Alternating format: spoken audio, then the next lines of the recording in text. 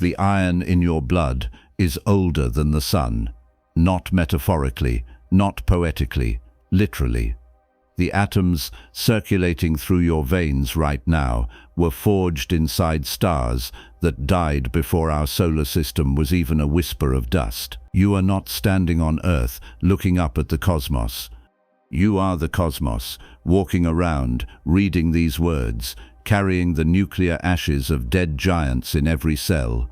But that is only the first step backward, because if you keep going, if you descend through the entire history of time, you discover something far stranger than stardust. You discover that every era of the universe, no matter how ancient, no matter how violent, is still here, still glowing, still arriving. The beginning never stopped echoing. And tonight, right now, pieces of creation that are 13.8 billion years old are passing through your body as faint radiation, as invisible light, as the structure of space itself. This is not a documentary about the past. The past does not exist the way we think it does. What we call history is still unfolding, still present, woven into the fabric of everything we touch and breathe and are. In the next 2 hours, we are going to descend, not through space, but through time, 4.5 billion years ago, to a molten planet with no ground to stand on. 13.4 billion years ago, to the first stars igniting after 200 million years of absolute darkness. 380,000 years after the Big Bang, to a wall of light no telescope will ever penetrate.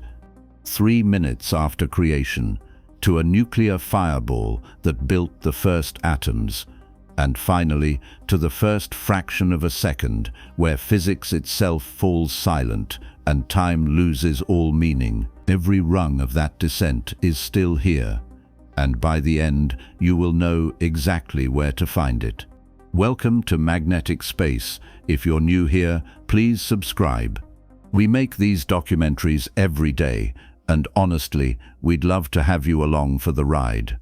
Before we begin, tell us in the comments where you're watching from and what time it is there.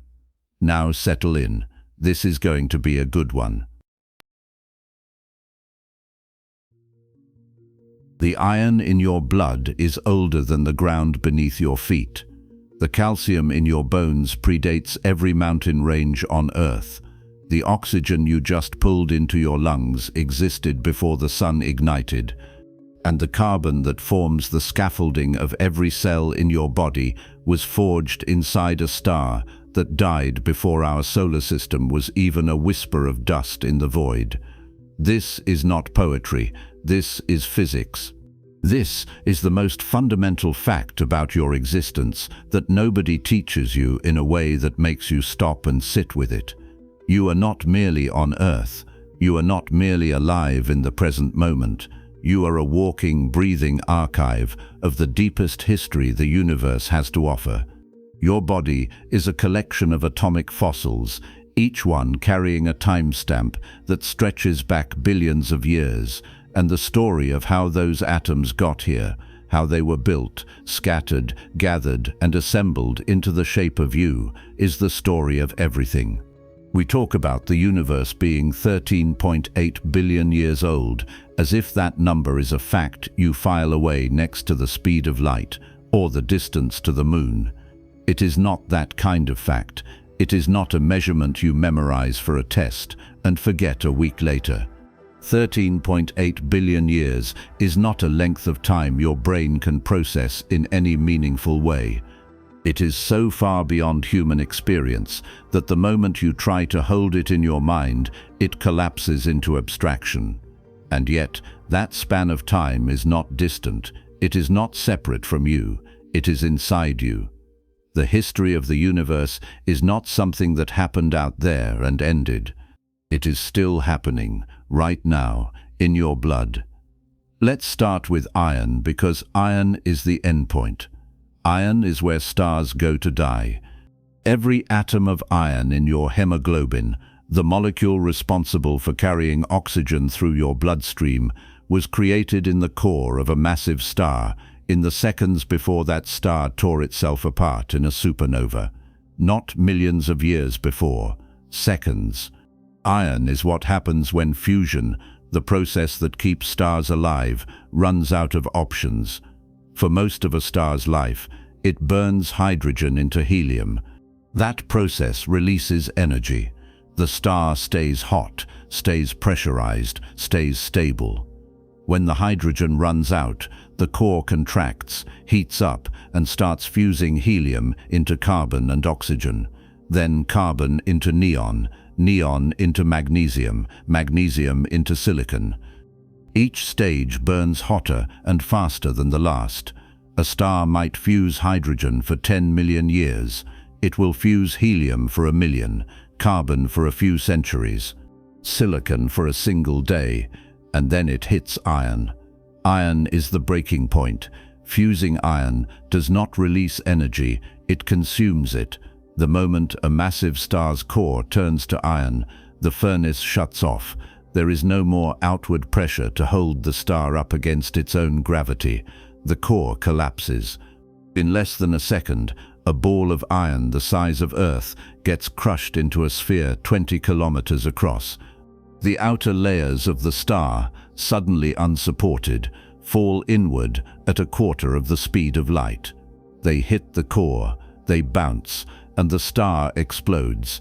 That explosion, a Type II supernova, is one of the most violent events the universe allows. For a few weeks, a single dying star can outshine an entire galaxy of 100 billion stars. And in that brief flash, the crushing heat and pressure forge elements that no star could ever create while it was alive. Gold, platinum, uranium, iodine. Every element heavier than iron owes its existence to stars dying badly. The iron in your blood came from one of those explosions. So did the iodine in your thyroid, the zinc in your cells, the copper in your nerves. You are made, in part, from the wreckage of stars that detonated billions of years before the sun existed. Those atoms were blown into space, drifted through the galaxy, mixed with clouds of hydrogen and helium, and eventually settled into a collapsing disk of gas that became our solar system. 4.5 billion years later, some of that iron ended up in your body, cycling through your veins 37 trillion times a second, keeping you alive. That is what we mean when we say the universe's history is personal. You are not observing this story from the outside. You are made of it. Now take calcium.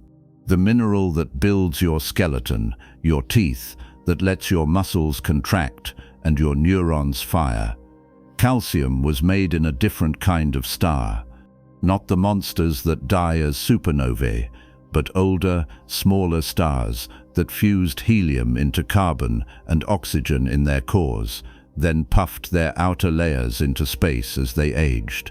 Planetary nebulae, they are called, though they have nothing to do with planets. The name is a relic from the 18th century, when astronomers with small telescopes thought these glowing shells looked like the disks of distant worlds. Every atom of calcium in your bones came from a star like that. A red giant, swollen and cooling, sloughing off its outer envelope in slow, elegant waves. The calcium was forged in the star's core during helium fusion, carried outward by convection, and then released into space when the star could no longer hold itself together. Those atoms drifted for millions of years, maybe billions, before they became part of the gas cloud that collapsed into the sun and earth. And now they are here, in you, holding you upright. The oxygen you are breathing right now, the oxygen that is currently being handed off from your lungs to your bloodstream by those iron atoms we just talked about, came from an earlier generation of stars still. Oxygen is made by fusing helium in the cores of massive stars, the same stars that eventually produce iron, but oxygen gets created earlier in the process when the star is still stable. When those stars exploded, they scattered oxygen across the galaxy along with everything else. Some of it ended up in the molecular clouds, where new stars and planets were born. Some of it ended up in you. Carbon, the backbone of organic chemistry, the element that makes life as we know it possible, was also made in stars. Specifically in the cores of red giants during a process called the triple alpha reaction, where 3 helium nuclei smash together under immense heat and pressure to form a single carbon nucleus. The conditions required for this reaction are so specific, the temperatures so precise, that for decades physicists could not understand how there was any carbon in the universe at all. The process should have been impossibly rare.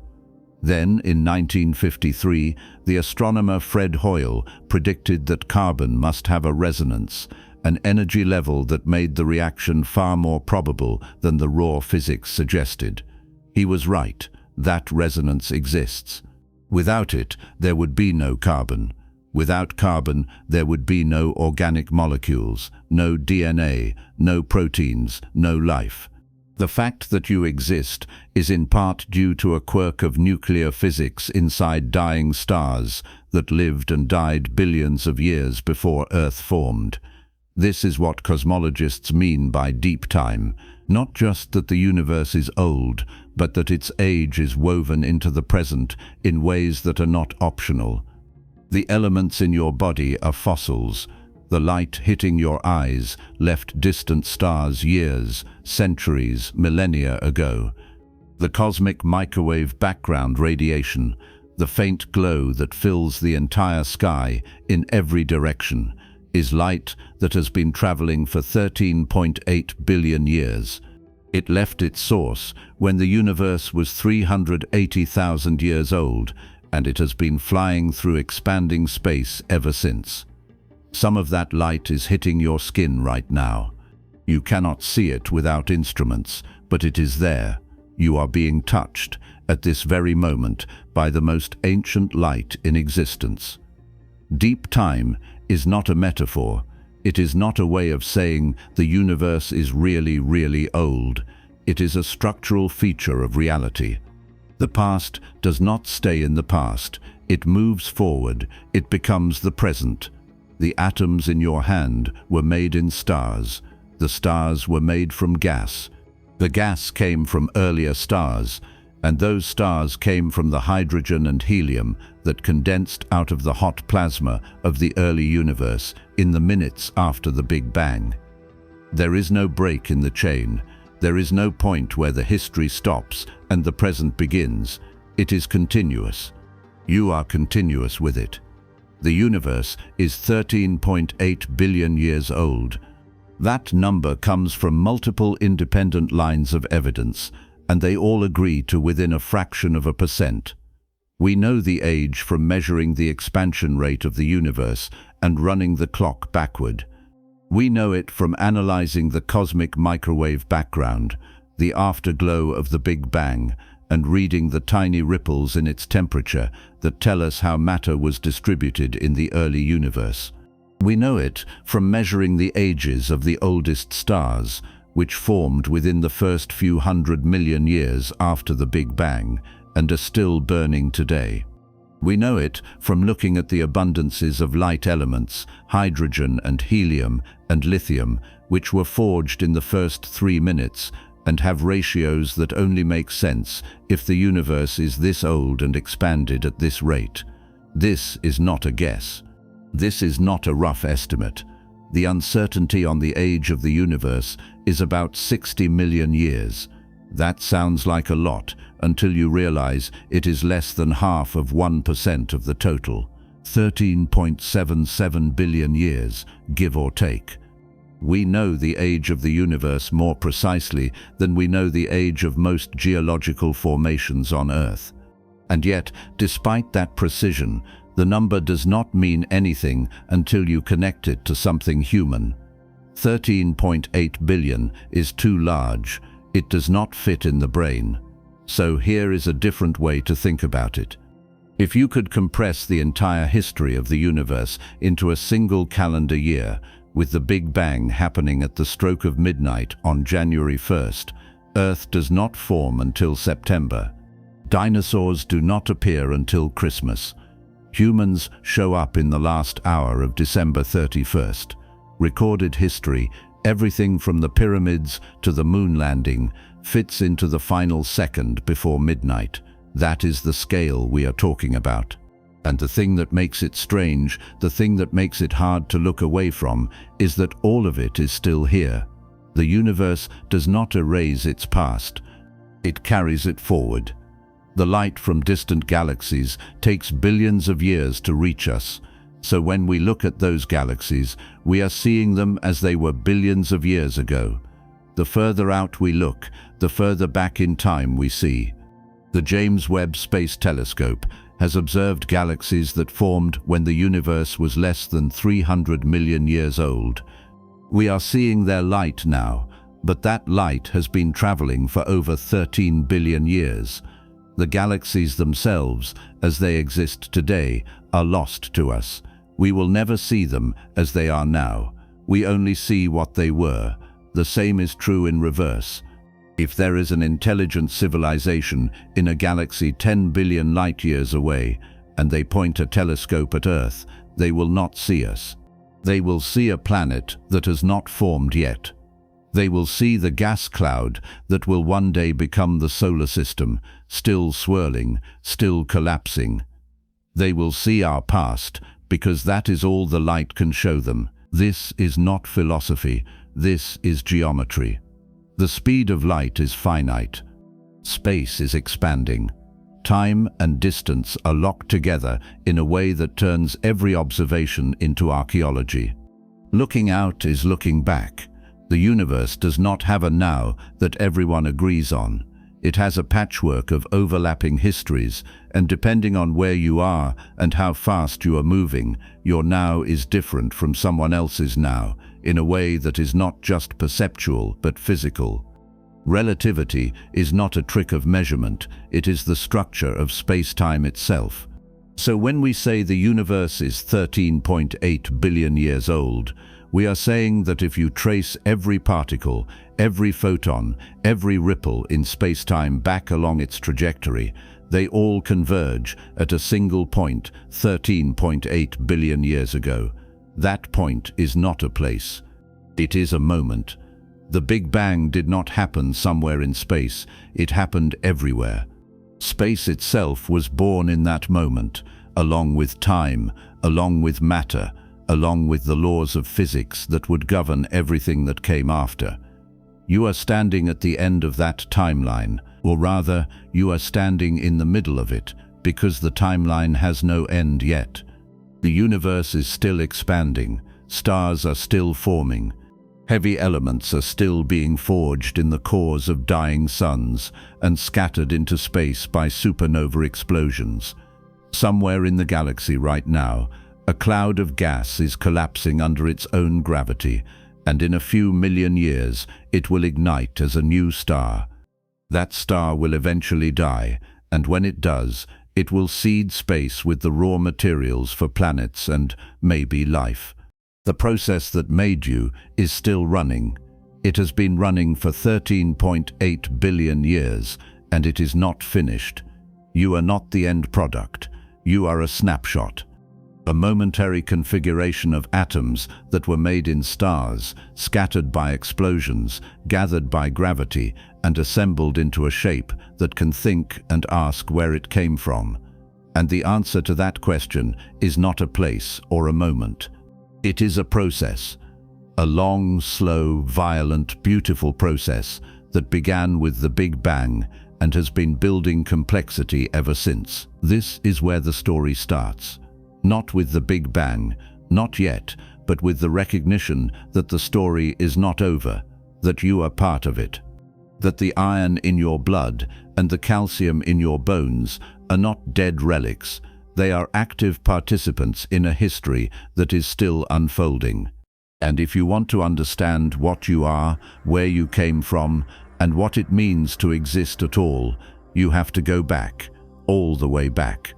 Past the formation of Earth, past the birth of the sun, past the first stars, past the first light, all the way to the beginning, to the moment when there was nothing, and then suddenly there was everything. But we are not there yet. First, we need to understand how the Earth itself came to be, because before there was iron in your blood, before there was calcium in your bones, there was a planet, and that planet was born in fire. 4.5 billion years ago, there was no Earth, there was no sun, there was no solar system, there was only a cloud, a vast, cold, dark cloud of hydrogen and helium, laced with traces of heavier elements, drifting through a quiet corner of the galaxy. It had been there for millions of years, maybe longer, doing nothing in particular, just hanging in space, slowly rotating, minding its own business. And then something disturbed it. We do not know exactly what. The leading candidate is a supernova. A massive star, somewhere nearby in galactic terms, reached the end of its life and exploded. The shockwave from that explosion rippled outward through space, and when it hit our cloud, it compressed it. Not by much, not dramatically, just enough to push some regions of the cloud slightly denser than others. And once that happened, gravity took over. Gravity does not care about your intentions. It does not wait for permission. The moment a region of gas becomes even fractionally denser than its surroundings, gravity starts pulling more material toward it.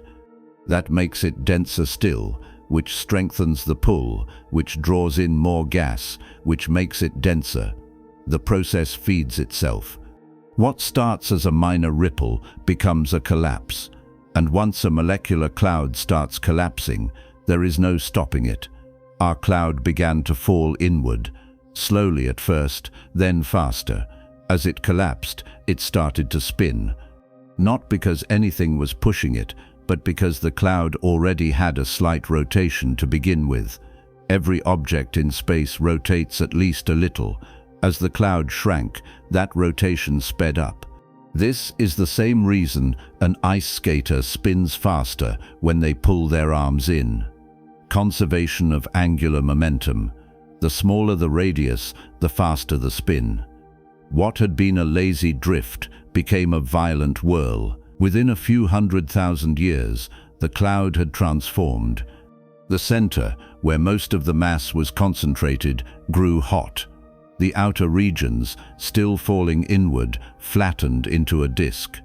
Picture a pizza being spun in the air, dough stretching outward while the center stays thick. That is what happened here, except the pizza was made of gas and dust, and it was several billion kilometers across. Astronomers call this structure a protoplanetary disk. It is the birthplace of planets. Our solar system, and likely most planetary systems in the galaxy, began this way. The center of the disk kept collapsing. As more gas piled in, the pressure climbed. Pressure generates heat. The core temperature rose. 1 million degrees, 5 million, 10 million. At around 10 million degrees Celsius, something new happened. Hydrogen nuclei, the simplest and most abundant atoms in the universe, started slamming into each other hard enough to fuse.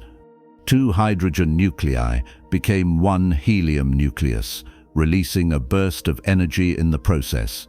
That energy pushed outward, creating pressure that balanced the inward crush of gravity. The collapse stopped, the core stabilized, and the sun turned on. It did not ignite all at once. Stars do not flip a switch.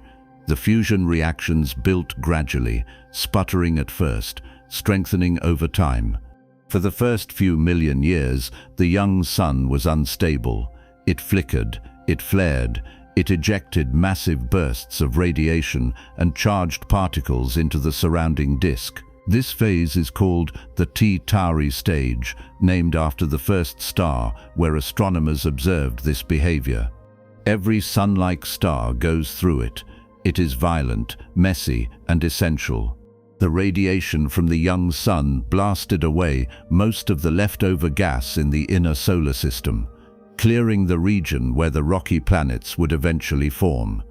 Meanwhile, out in the disk, something else was happening. The dust grains, microscopic particles of silicates and metals and ice, were starting to stick together. Not because of gravity. They were far too small for gravity to matter. They stuck because of static electricity and van der Waals forces, the same weak attractions that let a gecko walk up a wall. One grain bumped into another, and they clung. A third grain hit the pair and stayed. Grain by grain, the particles grew.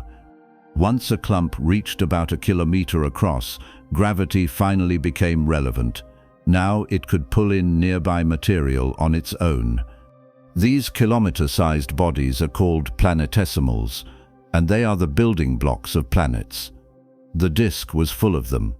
Millions, maybe billions, all orbiting the young sun, all colliding with each other in a slow-motion demolition derby that lasted tens of millions of years. Most collisions were destructive. Planetesimals smashed into each other and shattered, breaking back down into smaller fragments. But some collisions were gentle enough, or lucky enough, that the two bodies merged instead of breaking apart. Merge enough planetesimals and you get something bigger, a planetary embryo.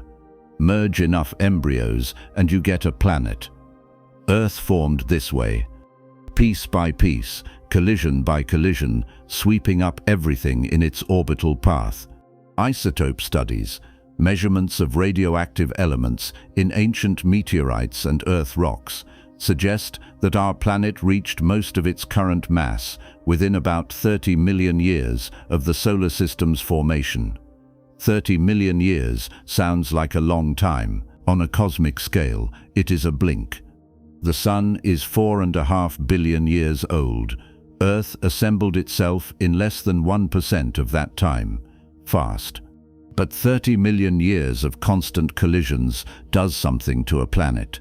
It heats it. Every impact converts kinetic energy into heat. A small asteroid hits the surface at several kilometers per second, and the energy released is equivalent to a nuclear bomb. Multiply that by millions of impacts over millions of years, and the result is not a solid rocky sphere, it is a molten hellscape.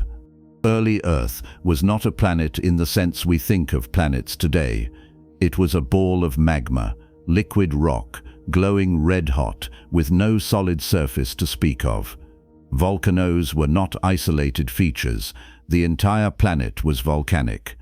The temperature at the surface may have reached 1500 degrees Celsius or higher, hot enough to vaporize lead. Hot enough that the distinction between air and ground started to break down. The early atmosphere was thick, heavy, and choking. It was not made of nitrogen and oxygen like today's atmosphere. It was outgassed from the interior, belched up by the endless volcanic activity, water vapor. Carbon dioxide, nitrogen, methane, ammonia, sulfur compounds. No oxygen. Oxygen is what you get when life shows up and starts photosynthesizing. There was no life yet. There was nothing that could survive this. And then, when Earth was maybe half-formed, still growing, still molten, something hit it, something big. The object was roughly the size of Mars. Astronomers have given it a name, Theia, after the Greek Titan who was the mother of the moon goddess Selene. Theia was a planetary embryo in its own right, formed in the same disk, orbiting in roughly the same region. For reasons we still do not fully understand, its orbit became unstable. Maybe it was nudged by gravitational interactions with Jupiter. Maybe it was just bad luck. Either way, Theia drifted into a collision course with Earth. The impact was not head-on. Head-on collisions tend to destroy both objects completely. This one was a glancing blow, angled at maybe 30 to 45 degrees. Theia slammed into the proto-Earth at something like 15,000 kilometers per hour. For reference, a bullet travels at about 3,000 kilometers per hour. This was 5 times faster and involved 2 planet-sized masses. The collision vaporized Theia. It vaporized a large chunk of Earth's mantle. The heat was so intense that rock did not just melt, it turned into gas. A superheated plume of vaporized silicate sprayed into space, along with debris from both bodies. Some of that material escaped entirely, flung out into the solar system. Some of it fell back to Earth, and some of it, a ring of molten and vaporized rock, stayed in orbit. Over the next few thousand years, that ring cooled, condensed, and clumped together under its own gravity. The result was the Moon. This is the giant impact hypothesis, and it is the only explanation we have that accounts for several otherwise baffling facts about the Earth-Moon system. First, the Moon is unusually large compared to Earth. Most moons in the solar system are tiny compared to their parent planets. Ours is about 1/4 the diameter of Earth, which makes it proportionally the largest moon of any rocky planet. Second, the Moon has very little iron. Earth's core is about 1/3 iron by mass. The Moon's core is maybe 3 to 5%. If the Moon had formed from the same material as Earth in the same way, their compositions should match. They do not. Third, the Moon's rocks are chemically almost identical to Earth's mantle. The isotope ratios for oxygen, titanium, and other elements are so similar that they could only have come from the same source. A glancing impact that vaporized Earth's outer layers and splashed them into orbit explains all 3 facts at once. The timing of the impact is still debated, but most models place it somewhere between 20 and 100 million years after the solar system formed. That would put it at roughly 4.4 to 4.5 billion years ago. Earth had just barely finished assembling, and it got smashed back into a molten state. The entire surface remelted. Whatever thin crust had begun to solidify was obliterated. The planet was reset. For millions of years after the impact, Earth was surrounded by a glowing ring of debris. If you could have stood on the surface, which you could not because there was no surface, only an ocean of liquid rock, you would have seen a band of light stretching across the sky, brighter than anything we see today. That ring was the Moon, not yet coalesced, still a scattered disk of molten fragments slowly clumping together. Within a few thousand years, most of the material had gathered into a single body. The Moon, newborn and still partially molten, hung in the sky much closer than it does today. Tidal forces were immense. Earth's rotation was faster then. A day lasted only about 5 hours. The Moon was maybe 15,000 kilometers away, compared to nearly 400,000 kilometers now. It looked enormous, 30 times larger in the sky than it appears today. The tidal stresses from the nearby Moon pulled on Earth's molten surface, creating massive bulges that sloshed back and forth. Imagine the planet as a water balloon being squeezed rhythmically. That squeezing generated even more heat, keeping the surface molten longer. Over millions of years, tidal interactions gradually slowed Earth's rotation and pushed the Moon farther away. The process is still happening. The Moon is currently receding from Earth at about 3.8 centimeters per year. Laser ranging experiments, where scientists bounce beams off reflectors left on the lunar surface by Apollo astronauts, measure this drift with millimeter precision. So for the first few 100 million years of its existence, Earth was not a habitable world. It was not even stable. It was a roiling ball of magma under a thick, poisonous atmosphere, lit from above by a sun that was still flaring unpredictably, and orbited by a moon so close that its gravitational pull deformed the entire planet. This is the world we came from. This is the starting point. The surface eventually began to cool, As the bombardment of planetesimals tapered off, fewer impacts meant less heat input. The magma ocean started to solidify from the top down. A thin crust formed, broke apart, reformed. Early tectonic activity was nothing like the organized plate tectonics we see today. It was chaotic. Slabs of crust sank back into the mantle and melted. New crust welled up to replace it. Volcanoes erupted constantly, adding more gas to the atmosphere. Water vapor in the atmosphere began to condense. Rain fell.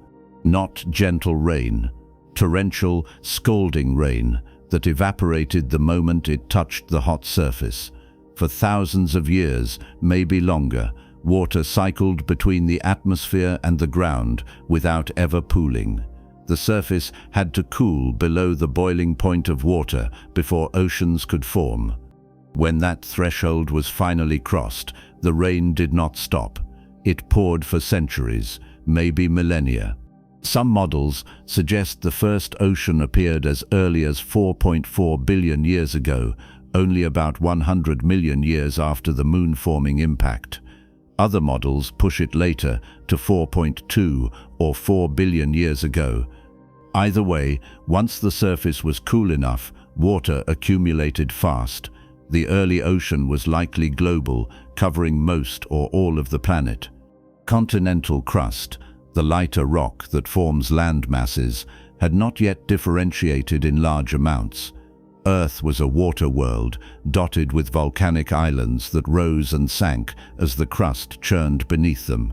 The atmosphere was still thick and hot.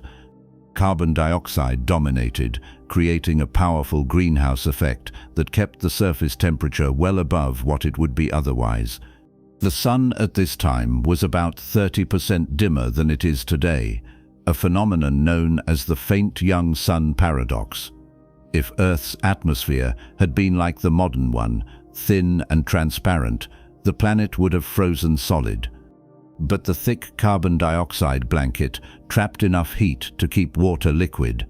Methane, another potent greenhouse gas, may have also played a role. This is the world where life would eventually begin. Not a paradise, not a garden, a hostile, unstable, barely cooled sphere of rock and water under a sky that would kill you in seconds. And yet it was stable enough. The magma ocean was gone. The bombardment was easing. Water was liquid. Chemistry could happen. Complex molecules could form, break apart, and form again without being vaporized. That is all life needs. Not comfort, just chemistry. But before life, before even the stable crust, before the first ocean, there had to be stars. Not just our sun, but the stars that came before, the ones that made the carbon in Earth's rocks, the oxygen in its water, the iron in its core. Those stars were born in the dark ages of the universe, in conditions we are only now beginning to see clearly.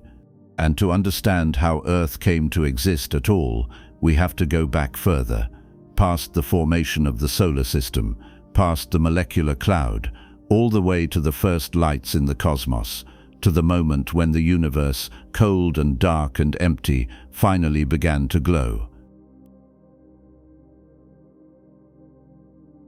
For 200 million years after the Big Bang, the universe was dark, completely, utterly dark. No stars, no galaxies, no light of any kind except the fading afterglow of creation itself. Just an expanding void of hydrogen and helium gas, cooling as it spread, drifting through a blackness so complete that if you could somehow have existed in that era, you would not have been able to see your hand in front of your face, not because your hand was too far away, because there was nothing producing photons in the visible spectrum. The universe had gone silent and dark, and it stayed that way for longer than the entire history of complex life on Earth. Astronomers call this the cosmic dark ages. The name is misleading. It makes it sound like a period of cultural decline, like the fall of Rome or the collapse of the Bronze Age. But there was no culture, there was no anything. The Dark Ages were not a setback, they were a waiting period. The universe had expanded and cooled just enough that matter could exist as stable atoms, but not quite enough for gravity to pull that matter together into anything interesting. So it waited. The gas drifted, space stretched, the temperature dropped, and nothing happened. This is where the story gets uncomfortable, because 200 million years is not a short time. It is roughly the span from the first dinosaurs to the present day. Imagine that entire sweep of evolutionary history, every species that lived and died, every continent that drifted and collided, every mountain range that rose and eroded, and then imagine all of that happening in a universe with no light, just gas. Cold, neutral, invisible gas spreading outward into the dark. That is what the cosmic dark ages were. Not a moment of drama. A slow fade to black that lasted for eons. The universe at this point was simpler than it would ever be again. 75% hydrogen, 25% helium. A trace, barely detectable fraction of lithium. That is it. 3 elements. No carbon, no oxygen, no nitrogen, no iron, no silicon. Nothing that would later make planets or oceans or bones or blood. The periodic table had 3 entries, and 2 of them did all the work. Hydrogen and helium, the leftovers from the Big Bang, the raw materials from which everything else would eventually be built. Those atoms were neutral, meaning their electrons were bound to their nuclei. After recombination, when the universe cooled enough for electrons and protons to stick together, light could finally travel freely through space without being scattered every few meters by free-floating charged particles. That is why we can see the cosmic microwave background. It is the light that was released the moment the universe became transparent, roughly 380,000 years after the Big Bang. But transparent does not mean bright. The universe was see-through, but there was nothing to see, no stars to shine, no galaxies to glow, just empty space filled with cooling gas, radiating away its heat into the void. The temperature at the start of the Dark Ages was around 3000 Kelvin, hot by human standards, cool by cosmic ones. As the universe expanded, the temperature kept dropping. A few million years in, it had fallen to a few hundred Kelvin, then a few dozen. By the end of the Dark Ages, the ambient temperature of space was hovering just above absolute zero, cold enough to freeze anything that was not already frozen. The gas drifted through this cold, dark expanse, and for a long time nothing disturbed it.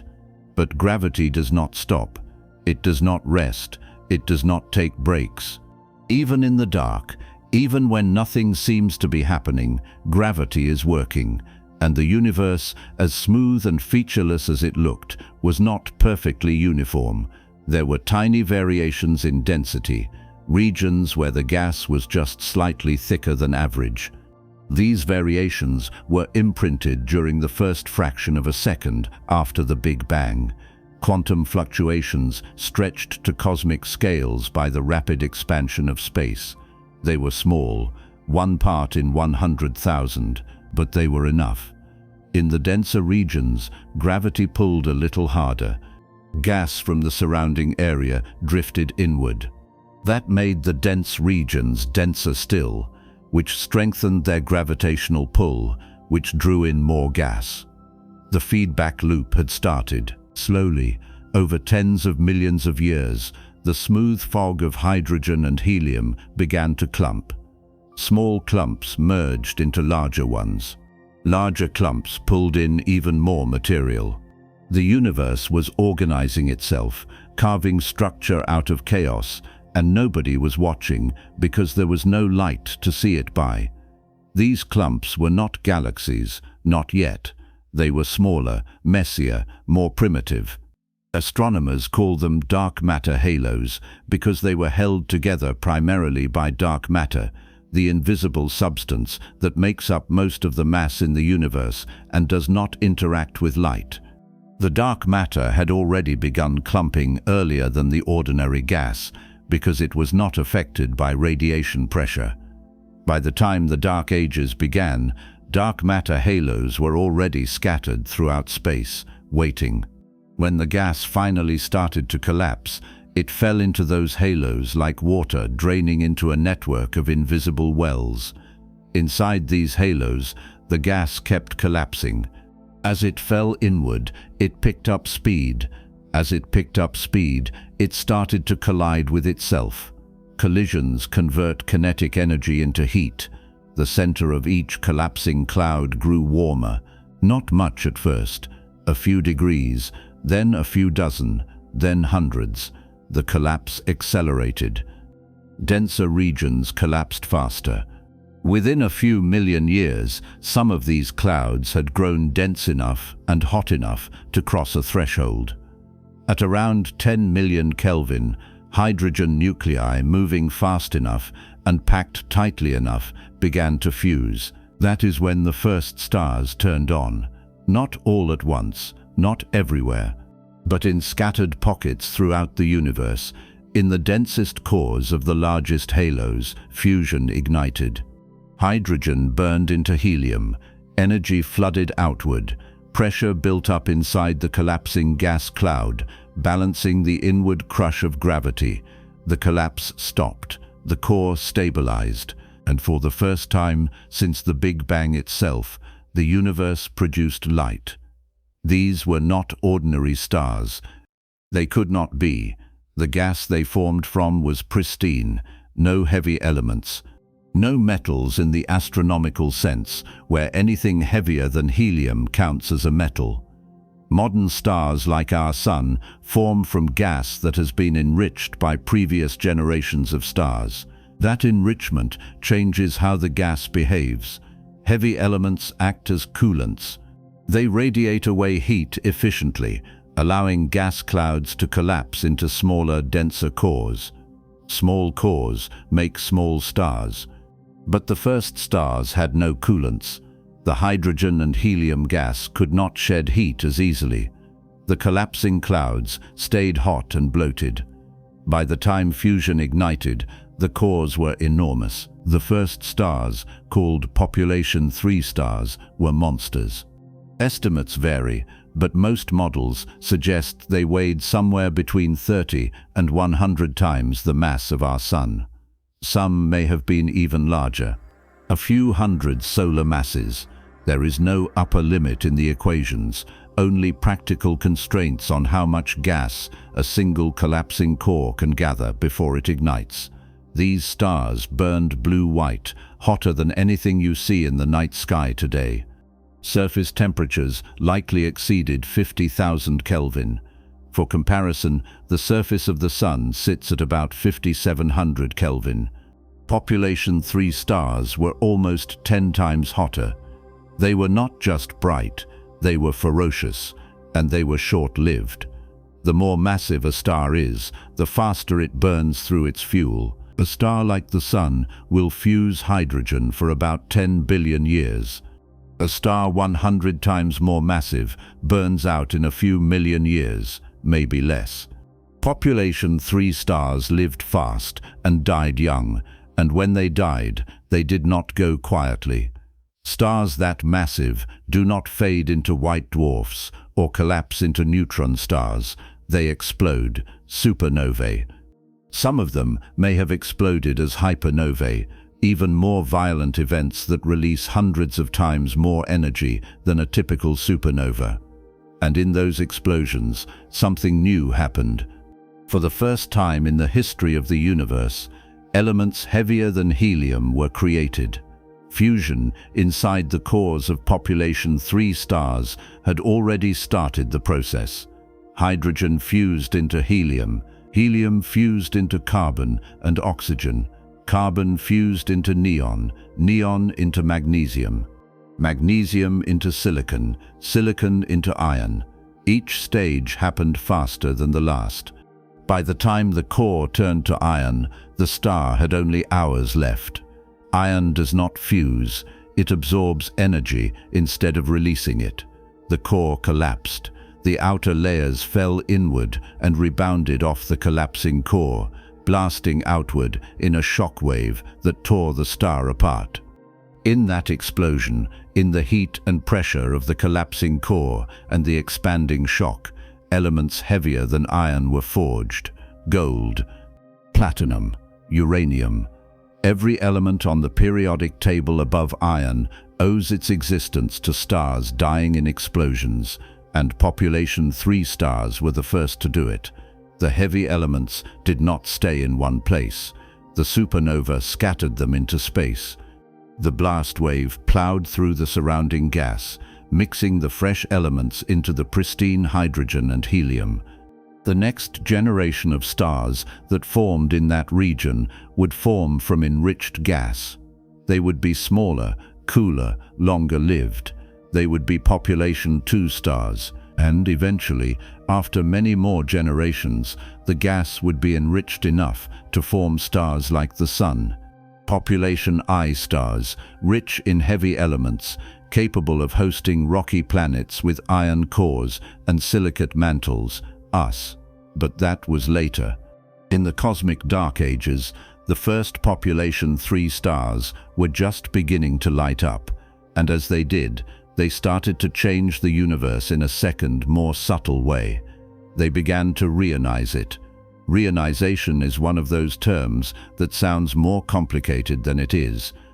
The universe had been ionized once before, in the immediate aftermath of the Big Bang, when it was too hot for atoms to hold together.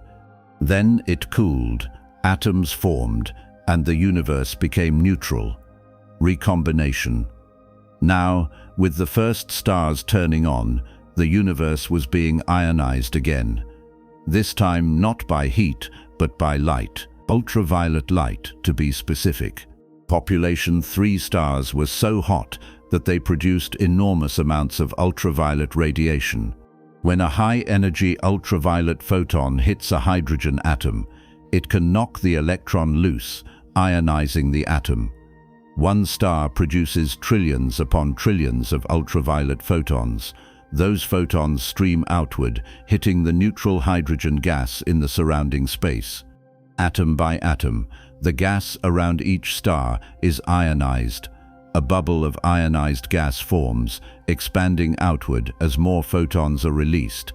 At first, these bubbles are tiny, a few light years across, then a few dozen, then hundreds, and as more stars ignite, more bubbles form. Eventually, the bubbles start to overlap. The ionized regions merge. What began as isolated pockets of light in a dark universe slowly becomes a network. The darkness retreats. This process did not happen overnight. Reionization took hundreds of millions of years. Different regions of the universe reionized at different times, depending on where the first stars happened to form. The whole thing was patchy, chaotic, uneven. Some models suggest reionization started as early as 150 million years after the Big Bang. Others push it later, to 200 million years or more. The process did not finish until the universe was about 1 billion years old, when the last pockets of neutral hydrogen were finally ionized by the light of the first galaxies. By then, the Dark Ages were long over, but the end of the Dark Ages was not marked by a single event. There was no moment when someone flipped a switch and the lights came on. It was gradual, a slow transition from total darkness to scattered points of light, to a glowing web. The universe did not become bright all at once. It became less dark, and that was enough. The first stars did more than just reionize the gas. They also heated it. Neutral hydrogen is cold. Ionized hydrogen is hot. As the bubbles of ionized gas expanded, the temperature inside them rose to tens of thousands of Kelvin. Hot gas has pressure. Pressure resists gravity. In regions where reionization happened early, The hot ionized gas became harder to collapse, which made it harder for new stars to form. Reionization, in a sense, began to shut down the process that had started it. The first stars lit the fuse that would eventually choke off star formation in the smallest dark matter halos.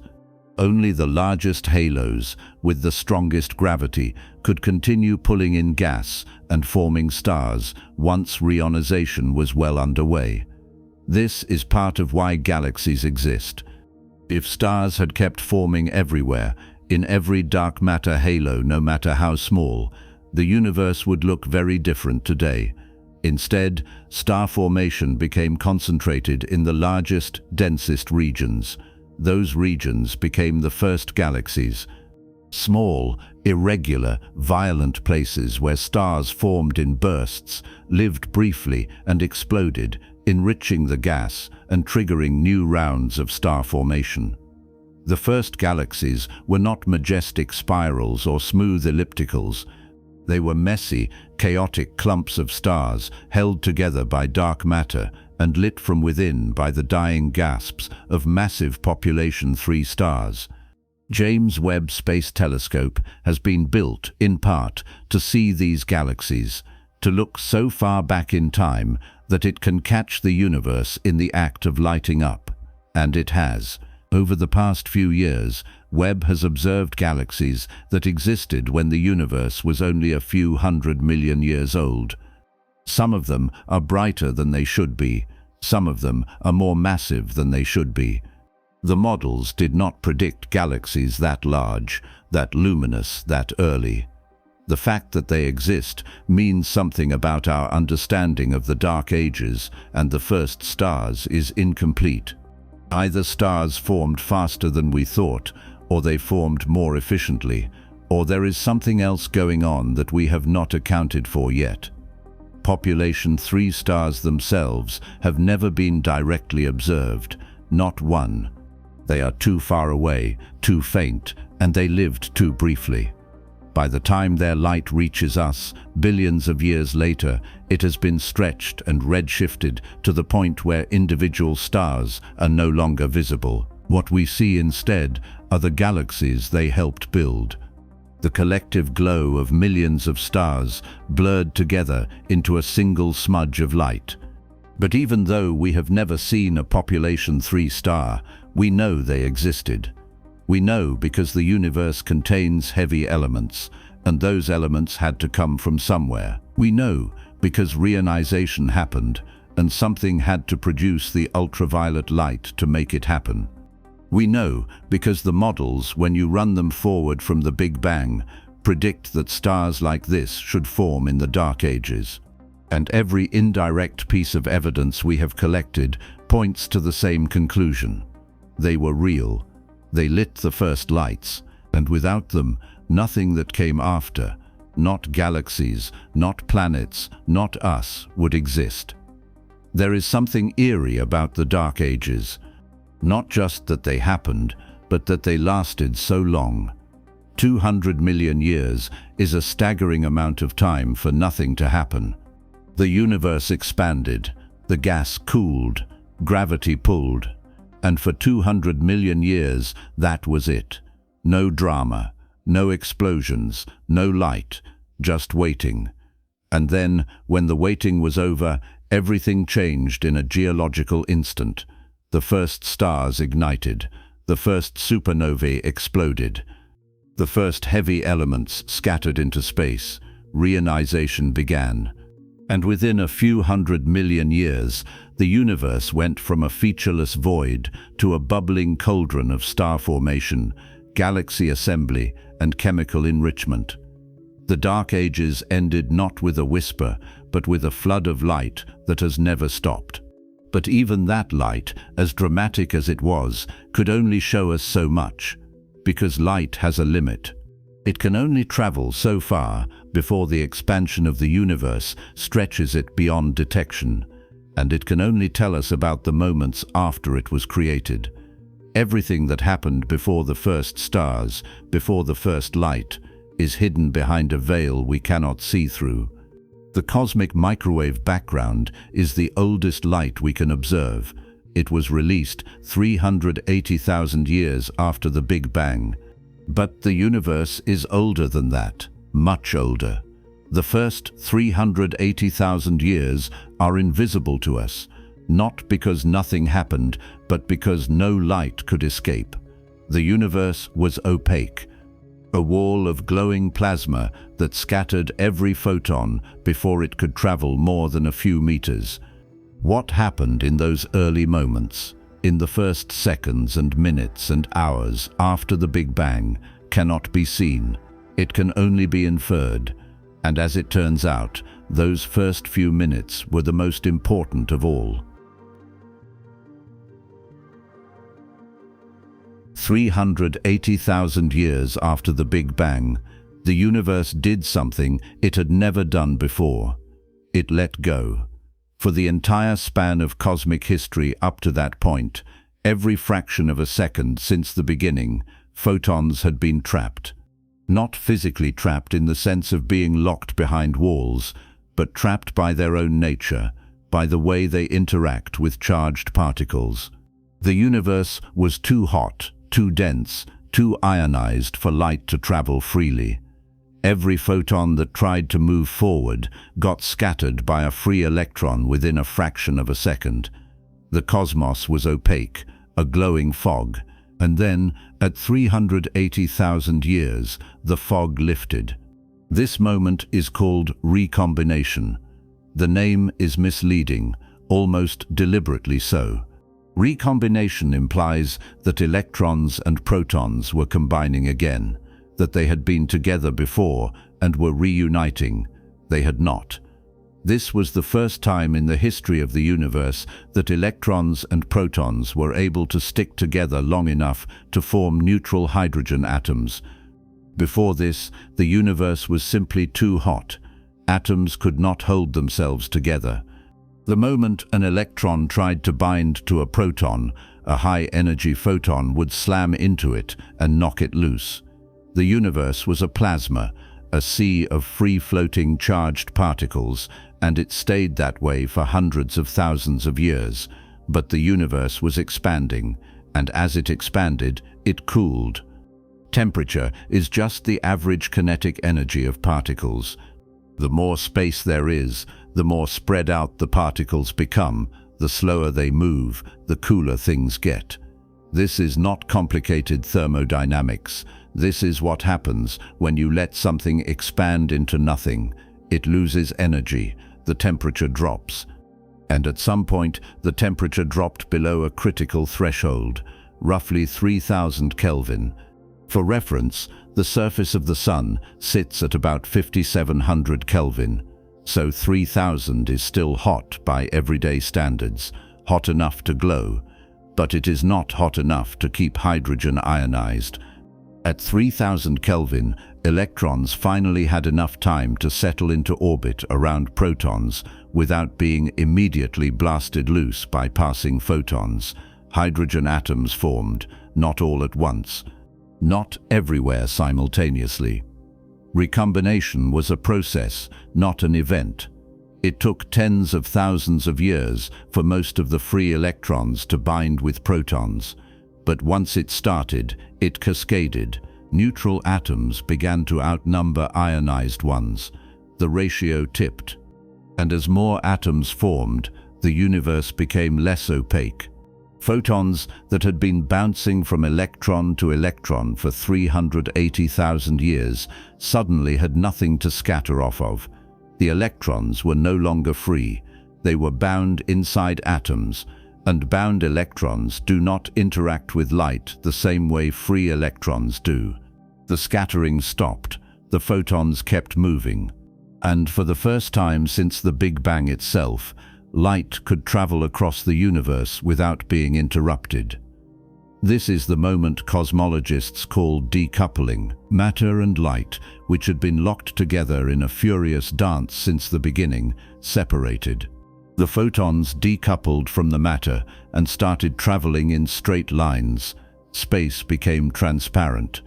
If you could have been there, which you could not because there was no solid matter yet, and nothing remotely resembling a place to stand, you would have seen the entire universe shift from glowing white-hot to dark and clear in a span of time that, cosmically speaking, was almost instantaneous. The light did not disappear. It was still there, but it was no longer being scattered every few meters. It was moving freely, flying outward in every direction. And it has been flying ever since. That light is still here, right now, all around you. It is called the cosmic microwave background, and it is the oldest light in the universe. The photons that decoupled at recombination have been traveling through space for 13.8 billion years. As the universe expanded, the light was stretched, redshifted. What was once visible light, glowing at 3000 Kelvin, has been stretched into the microwave portion of the spectrum. Today, the cosmic microwave background has a temperature of about 2.725 Kelvin, that is 2.7 degrees above absolute zero. Cold, but not silent. Not invisible, detectable, measurable, and we have measured it with extraordinary precision. The cosmic microwave background was discovered by accident in 1965. Two radio astronomers, Arno Penzias and Robert Wilson, were working at Bell Labs in New Jersey, trying to track down a source of noise in a large horn-shaped antenna they were using for satellite communications. The noise was faint but persistent. It showed up no matter which direction they pointed the antenna. It did not go away at night. It did not change with the seasons. It was constant. They thought it might be interference from New York City. It was not. They thought it might be pigeons nesting in the antenna. They cleaned out the pigeons, scrubbed away the droppings, and the noise was still there. They had no idea what they were looking at. Meanwhile, just a few miles away at Princeton University, a team of physicists led by Robert Dicke had been working on the theoretical prediction that the Big Bang should have left behind a faint glow of microwave radiation filling the entire sky. They were building an antenna to search for it. Before they could finish, Penzias and Wilson found it by accident. The noise was not noise, it was the afterglow of creation. The two teams published back-to-back papers in 1965, and Penzias and Wilson eventually won the Nobel Prize. Dicke, whose team had predicted the radiation but missed the discovery by a matter of months, reportedly said, "Well, boys, we've been scooped." The cosmic microwave background is not just old light, it is a snapshot. A photograph of the universe as it appeared 380,000 years after the Big Bang. When the photons decoupled, they carried with them information about the conditions of the universe at that exact moment. The temperature, the density, the distribution of matter.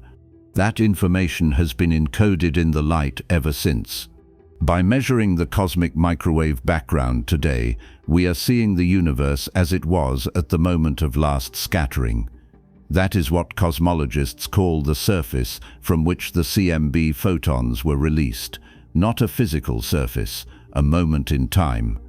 The last time photons interacted with matter before flying freely into space. Every photon in the cosmic microwave background was released at that moment, and every photon has been traveling in a straight line ever since.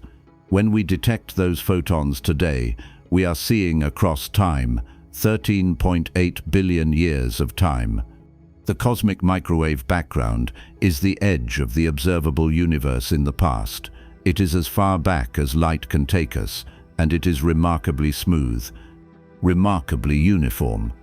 If you measure the temperature of the cosmic microwave background in one direction and then measure it in the opposite direction, the temperatures match to within a few parts in 100,000. This uniformity was one of the strongest early confirmations of the Big Bang theory.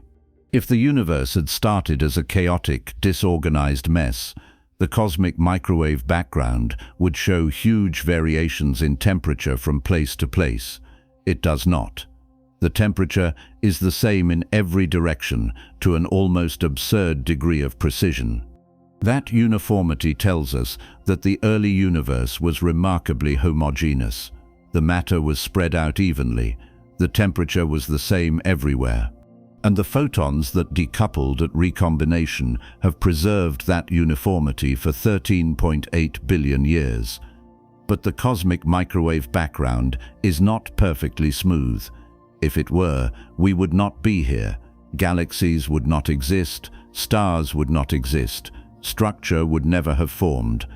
The tiny imperfections in the cosmic microwave background, the small deviations from perfect uniformity, are the reason anything interesting ever happened in the universe. These imperfections are called anisotropies, and they show up as tiny fluctuations in temperature across the sky.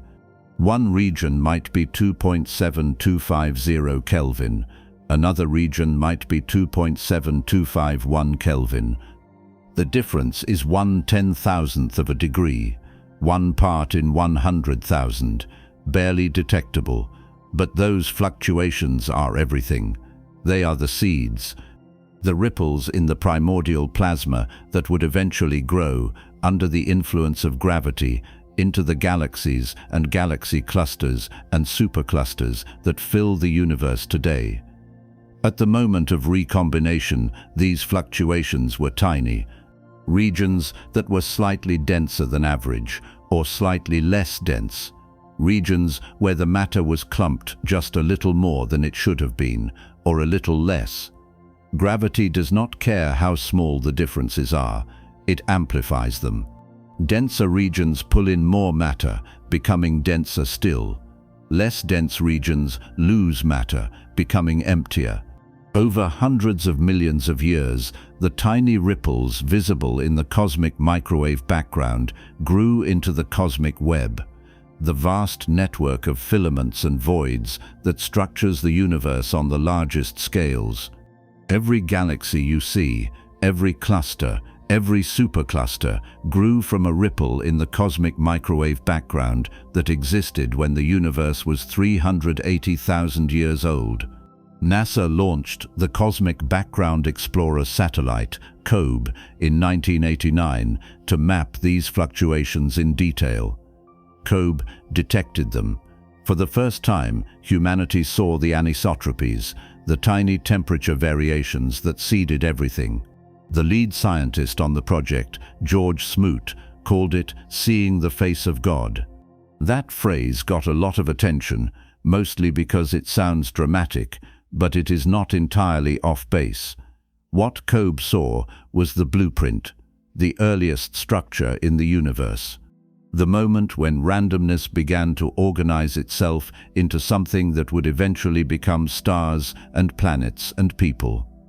If the cosmic microwave background had been perfectly smooth, none of this would be here.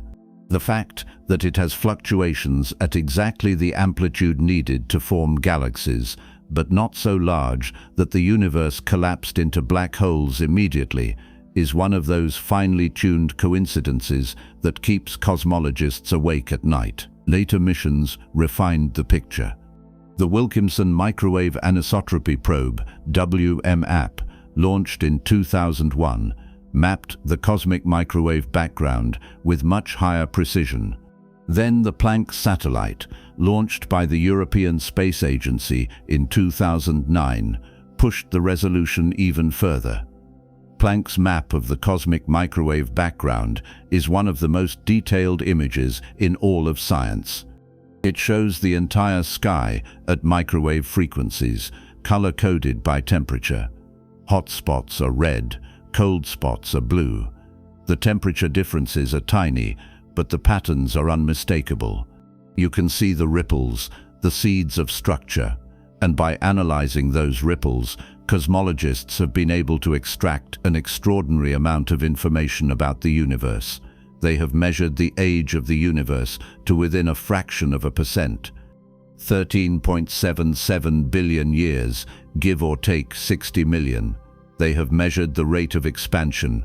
They have measured the curvature of space. Flat, as far as we can tell, to within measurement error. They have measured the density of ordinary matter, and dark energy.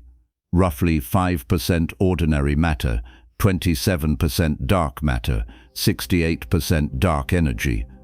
These numbers come from analyzing the tiny fluctuations in the cosmic microwave background and matching them to theoretical models of how the universe evolved.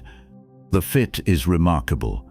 The standard model of cosmology, with all its parameters tuned to match the cosmic microwave background data, predicts the large-scale structure of the universe we see today with stunning accuracy. But the cosmic microwave background is also a wall, not a physical wall.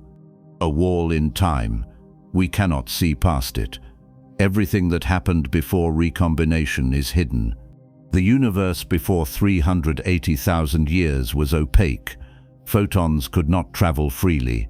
They were scattered constantly by the plasma. No telescope, no matter how powerful, will ever be able to see through that fog. The cosmic microwave background is the oldest light we will ever observe. It is the surface of last scattering, and there is nothing behind it that we can see. The first 380,000 years of the universe are invisible to us. Not because they did not happen, but because light cannot carry information out of an opaque medium. The photons that existed before recombination were scattered so many times that they lost any information about where they came from or what was happening. By the time the universe became transparent, those earlier photons had been randomized. The cosmic microwave background is a fresh start, a reset. The first light that could travel freely. That does not mean we know nothing about what happened before recombination. We know quite a bit, actually. But we do not know it from looking.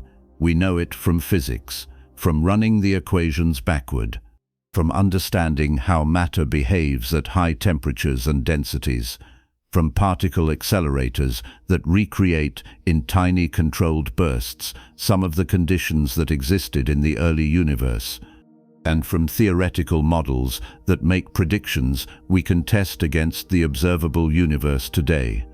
The cosmic microwave background is one of those tests. The patterns we see in it, the amplitude of the fluctuations, the distribution of hot and cold spots, all of that depends on what happened in the first few seconds and minutes after the Big Bang. Change the early conditions even slightly, and the cosmic microwave background would look completely different.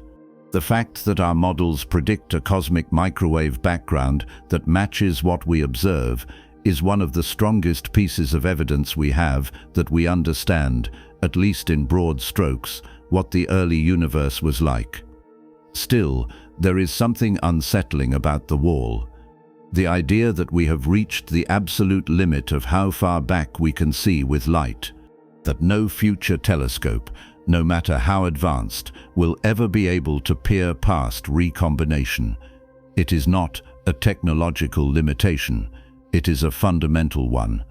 The universe was opaque. Light could not propagate. End of story. If we want to learn about the earlier universe, we need something other than light. Gravitational waves, maybe. Neutrinos. Particles that do not interact with the plasma the way photons do.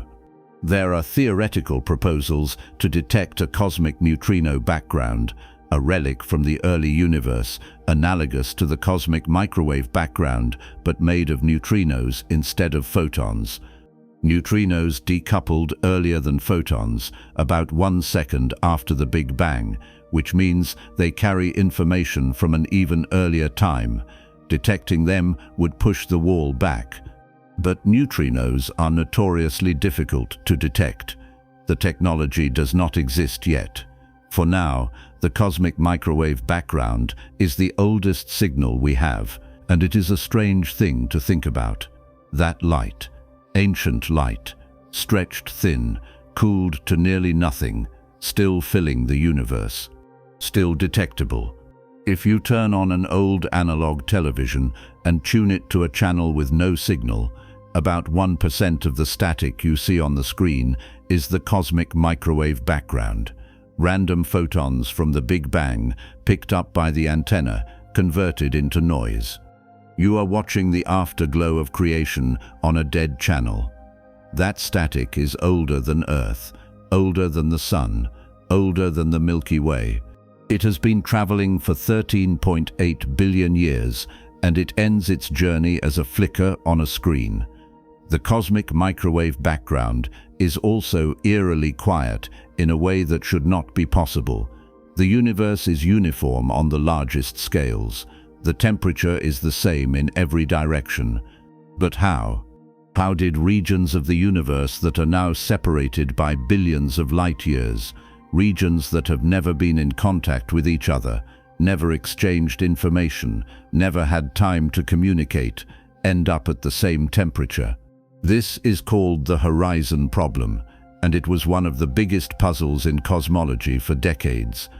If the Big Bang was the starting point, and the universe has been expanding ever since, then there should be regions of space that have never been able to influence each other.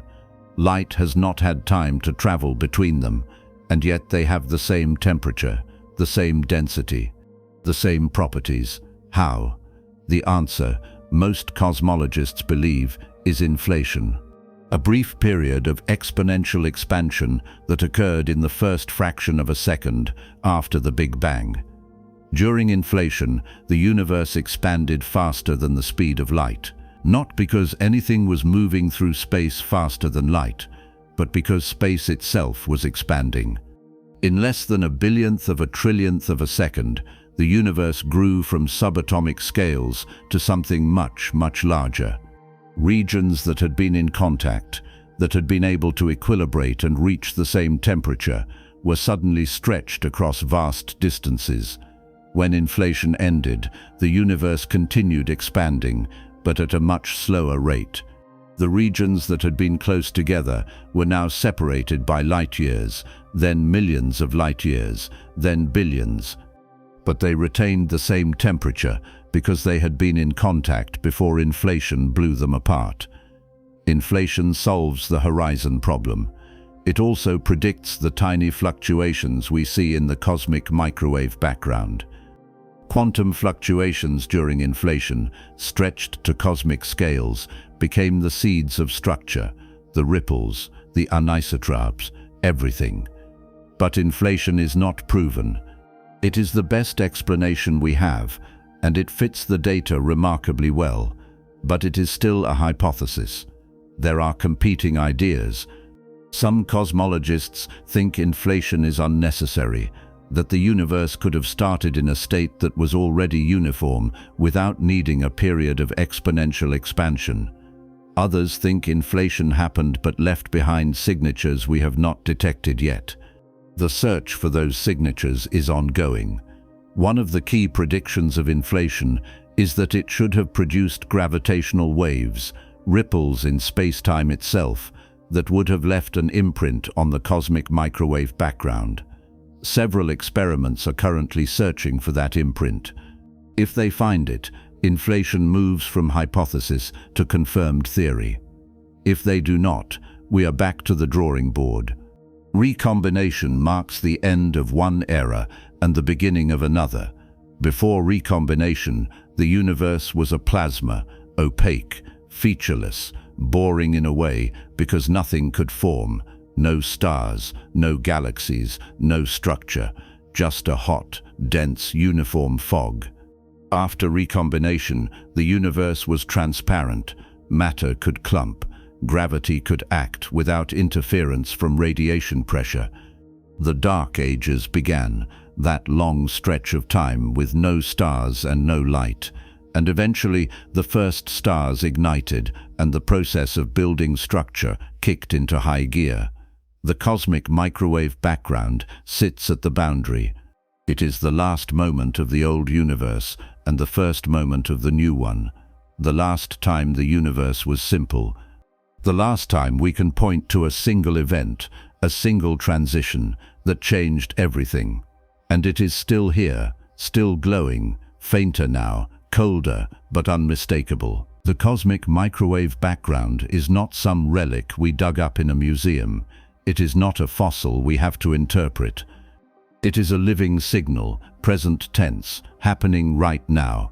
Those photons are arriving at Earth every second of every day.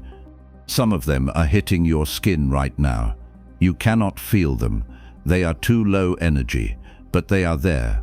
The oldest light in the universe is touching you, and it has been doing that for as long as Earth has existed, long before there were eyes to see it, long before there were instruments to measure it. The cosmic microwave background was here, bathing the planet in ancient light, waiting for someone to notice. But the cosmic microwave background is only the beginning of the story. It tells us what the universe looked like at 380,000 years. It does not tell us what happened before that. It cannot. The wall is absolute. If we want to know what came before recombination, we have to go deeper. We have to rewind further, past the plasma, past the moment when electrons and protons first formed, all the way back to the first few minutes, to the time when the universe was hot enough to forge the elements themselves. When the periodic table was born not in stars, but in the furnace of creation. That is where the next chapter takes us, to the first 3 minutes, to the primordial fire. 3 minutes. That is all it took. 3 minutes after the Big Bang, the universe had already built the first draft of the periodic table.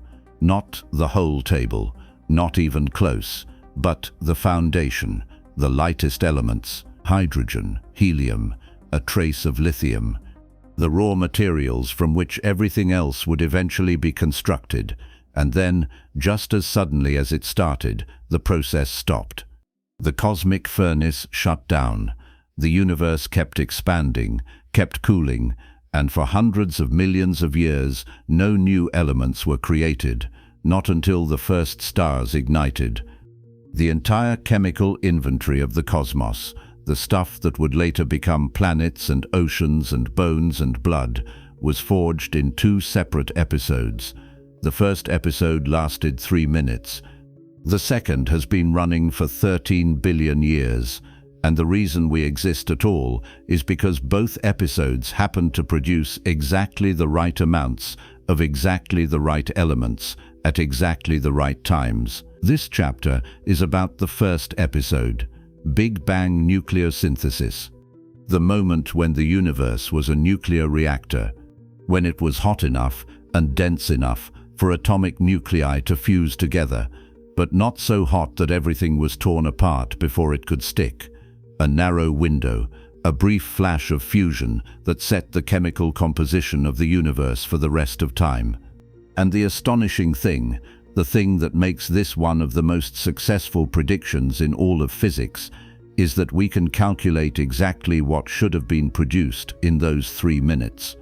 We can run the numbers, plug in the temperature and density and expansion rate of the early universe, and out comes a prediction: 75% hydrogen, 25% helium, a tiny bit of deuterium and lithium. Then we go out and measure the actual abundances of these elements in the oldest, most pristine gas clouds we can find, places that have never been contaminated by stellar processing, and the numbers match. Not roughly, not kind of. They match to a precision that makes you stop and wonder whether the universe is showing off. Let's rewind. We left the last chapter at recombination, 380,000 years after the Big Bang, the moment when electrons and protons combined to form neutral atoms, when the universe became transparent, when the cosmic microwave background was released. But we need to go back further, much further. We need to go to a time when the universe was not just hot, but blindingly, incomprehensibly hot. When it was not just dense, but crushed into a state where the laws of chemistry as we know them did not apply. Before atoms, before nuclei even. Back to the point where the only things that existed were the fundamental building blocks, quarks, leptons, photons, the particle zoo. At 1 microsecond after the Big Bang, the universe was cooling through a temperature of about 1,000,000,000 degrees Kelvin. For reference, the core of the Sun sits at 15 million degrees. 1,000,000,000,000 is more than 60,000 times hotter. At that temperature, protons and neutrons cannot exist as stable particles. They are broken down into their constituents, quarks. Up quarks and down quarks, held together by the strong nuclear force, mediated by particles called gluons. The universe at this point was a quark-gluon plasma, a roiling sea of fundamental particles smashing into each other at energies so high that nothing we would recognize as matter could form. No atoms, no nuclei, just quarks and gluons and photons and electrons and neutrinos, all bouncing around in thermal equilibrium. As the universe expanded, it cooled. By the time it reached about 1/100th of a second after the Big Bang, the temperature had dropped to a few 100 billion degrees. Still unimaginably hot, but cool enough for a phase transition. The quark-gluon plasma condensed into protons and neutrons. This is called the quark-hadron transition. Quarks, which had been free-floating, suddenly found themselves confined inside larger particles. 3 quarks make a proton. 3 quarks, in a slightly different configuration, make a neutron. The strong force binds them together. Once this transition happened, the universe was no longer a soup of quarks. It was a soup of protons and neutrons, and photons and electrons and neutrinos. Still incredibly hot, still incredibly dense, but now the building blocks of atomic nuclei existed. Here is where things get delicate. Protons and neutrons confuse together to form heavier nuclei, but only if the conditions are just right. If the universe is too hot, any nucleus that forms gets immediately blasted apart by high-energy photons. If the universe is too cool, the protons and neutrons do not have enough energy to overcome the electromagnetic repulsion between them. Protons are positively charged. Like charges repel. To fuse 2 protons together, you need to smash them into each other hard enough to overcome that repulsion and get them close enough for the strong nuclear force to take over. The strong force is attractive at very short ranges, but it only kicks in when particles are almost touching. Get them that close and they stick. But getting them that close requires a lot of energy, a lot of heat. At 1 second after the Big Bang, the universe was at about 10 billion degrees, still too hot for nuclei to survive. Any deuterium that formed, the first step in building heavier elements, was immediately photodisintegrated, broken apart by the intense radiation. The universe was full of protons and neutrons, but they could not stick together, not yet, so they waited. The universe kept expanding. The temperature kept dropping, and somewhere around 1 to 3 minutes after the Big Bang, the temperature finally fell into the sweet spot, about 1 billion degrees, cool enough that deuterium, once it formed, could survive, hot enough that protons and neutrons still had enough energy to fuse. This is the beginning of Big Bang nucleosynthesis. The process happens fast, and it follows a specific sequence. First, a proton and a neutron fuse to form deuterium. Deuterium is heavy hydrogen, 1 proton, 1 neutron. It is the gateway nucleus. Nothing heavier can form until deuterium forms because deuterium is the first step in every fusion chain.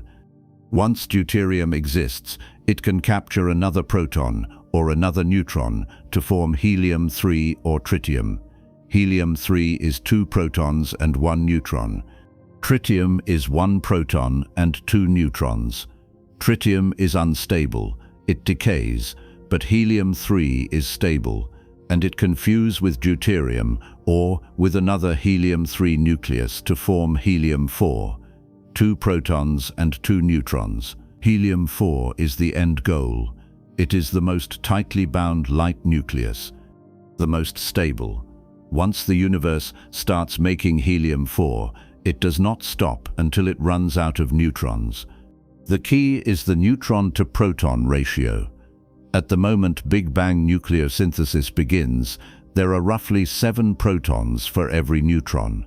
That ratio is set earlier, at about 1 second after the Big Bang, when the weak nuclear force, which governs the conversion of protons into neutrons and vice versa, falls out of equilibrium with the rest of the universe. Before that moment, protons and neutrons were constantly converting into each other. A proton could absorb an electron and become a neutron. A neutron could emit an electron and become a proton. The rates balanced.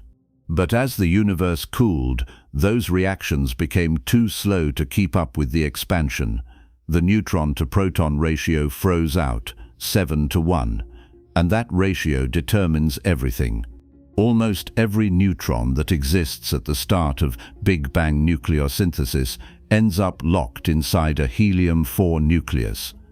Helium-4 needs 2 neutrons and 2 protons. If you have 1 neutron, you need 1 proton to pair with it and another proton-neutron pair to complete the nucleus. Do the math. 7 protons for every neutron means that almost all the neutrons get bound into helium, and the leftover protons stay as hydrogen. The mass fraction works out to about 75% hydrogen and 25% helium. That is the prediction, and that is what we see. Everywhere we look in the universe, the oldest gas clouds, the ones that have never been processed through stars, have almost exactly that ratio, 75% hydrogen, 25% helium. The agreement is so precise that it is one of the strongest confirmations of the Big Bang model. But helium is not the only product. Small amounts of deuterium survive, not much. Most of the deuterium gets fused into helium, but a tiny fraction, about a few parts per 100,000, escapes and remains as free deuterium. This leftover deuterium is crucial.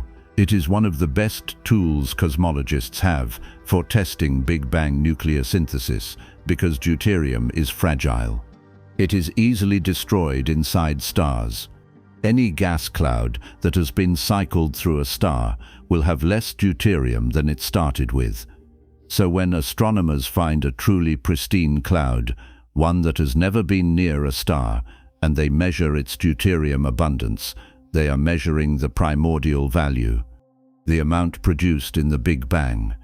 Recent measurements put the primordial deuterium to hydrogen ratio at about 2.55 times 10 to the minus 5. The prediction from Big Bang nucleosynthesis, using parameters measured from the cosmic microwave background, gives about 2.46 times 10 to the minus 5. The agreement is better than 5%. For a process that happened 13.8 billion years ago, involving nuclear physics at temperatures of 1 billion degrees, that level of precision is staggering. There is also a trace of helium-3. Some of it stays as helium-3 instead of fusing into helium-4. Not much. Maybe 1 part in 100,000. And there is lithium, lithium-7.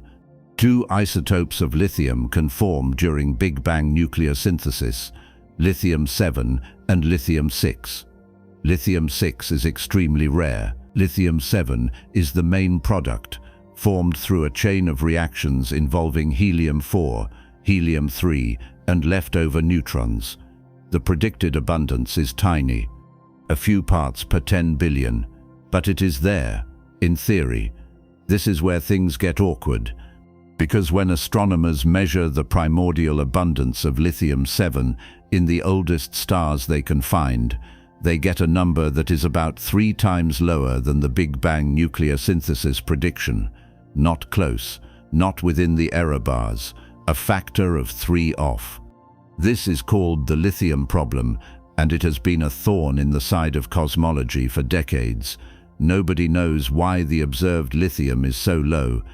Maybe something in the early universe destroyed lithium-7 after it was made. Maybe the oldest stars are not as pristine as we think, and some process inside them has depleted the surface lithium. Maybe the nuclear reaction rates we use in the Big Bang nucleosynthesis calculations are slightly wrong. Maybe there is new physics we have not accounted for. The problem is still unsolved. Every other prediction of Big Bang nucleosynthesis matches observations beautifully. Hydrogen, helium, deuterium, all spot on. Lithium is the outlier, the one element that refuses to cooperate. But the lithium problem, as frustrating as it is, does not undermine the overall picture. Big Bang nucleosynthesis happened. We know it happened because the evidence is everywhere. 98% of all the helium in the universe was made in the first 3 minutes, not in stars. Stars do make helium. That is what they do. Fusing hydrogen into helium is the primary energy source for most stars. But stars did not make most of the universe's helium. They did not have time. The first stars did not ignite until a few 100 million years after the Big Bang. By then, the universe was already a quarter helium by mass. The stars added to that total, sure, but only by a few percent. The bulk of the helium, the vast majority of it, is primordial, forged in the Big Bang, and we can prove it. We can look at distant galaxies so far away that we are seeing them as they existed when the universe was only a few billion years old, and we can measure the helium abundance in their gas. It is 25%, always 25%, no matter where we look. No matter how far back in time we peer, the universe started with a quarter helium, and it has stayed that way ever since. The same is true for deuterium.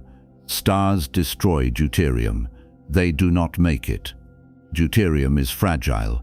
As soon as it gets hot enough, it fuses into helium-3. Inside a star, that happens immediately. Any deuterium that falls into a star is gone within seconds. So the deuterium we see today in interstellar gas clouds is not coming from stars. It is primordial, left over from the Big Bang.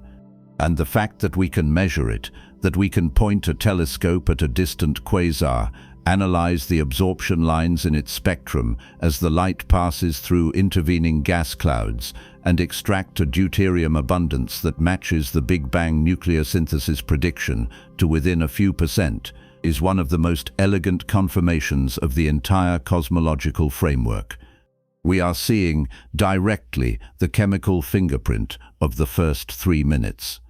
Big Bang nucleosynthesis did not last long. By about 20 minutes after the Big Bang, the universe had cooled below the point where fusion could continue. The temperature had dropped to a few 100 million degrees. Still hot by any reasonable standard, but not hot enough to fuse nuclei.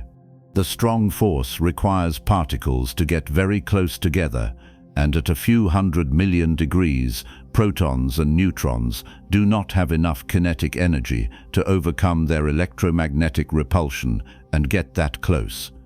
The fusion reactions stopped, the nuclear furnace shut down, and the composition of the universe froze. 75% hydrogen, 25% helium, traces of deuterium and lithium. That was it. The periodic table, as it existed 20 minutes after the Big Bang, had exactly 4 entries. Hydrogen 1, deuterium, helium 3, helium 4, a bit of lithium 7. Everything else, every element heavier than lithium, would have to wait. Wait for stars to form. Wait for fusion to restart in stellar cores. Wait for supernovae to scatter those elements into space. Carbon, oxygen, nitrogen, iron, all of it had to wait. The Big Bang made the lightest elements. Stars made everything else.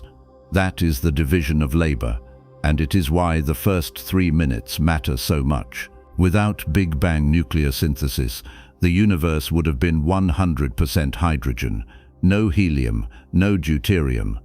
And without helium, the first stars would have behaved very differently. Maybe they would not have formed at all. Helium affects the cooling rate of collapsing gas clouds. It changes the opacity. It alters the fusion chains inside stars. A universe without primordial helium would be a fundamentally different place. The fact that the Big Bang made a quarter helium is not just a curious detail. It is load-bearing. The entire structure of cosmic evolution depends on it. The process also depends critically on the expansion rate of the early universe. Big Bang nucleosynthesis is a race against time. Fusion happens when protons and neutrons collide. Collisions happen when particles are close together. As the universe expands, particles get farther apart. Collisions become rarer. Fusion slows down. If the universe expanded too fast, the density would drop before much helium could form. If it expanded too slowly, the temperature would stay high for longer, and more of the hydrogen would get fused into helium. The final abundances are sensitive to the expansion rate, and the expansion rate is determined by the total energy density of the universe, which includes matter, radiation, and any other forms of energy that might have been present. By measuring the primordial abundances of hydrogen, helium, and deuterium, we are indirectly measuring how fast the universe was expanding in the first few minutes. And that measurement agrees, once again, with the expansion rate we infer from the cosmic microwave background and from the observed motion of galaxies today. The same number, obtained 3 completely different ways. That is how you know you are onto something real. There is a deeper point here. Big Bang nucleosynthesis is not just a story about how helium was made. It is a test, a crucible. The early universe was governed by nuclear physics, particle physics, thermodynamics, and general relativity, all operating simultaneously at extreme conditions we can never replicate in a laboratory. We can build particle accelerators that reach high energies. We can study nuclear reactions in controlled environments. But we cannot recreate the early universe. We cannot make 1 billion cubic kilometers of space filled with protons and neutrons at 1 billion degrees and watch what happens.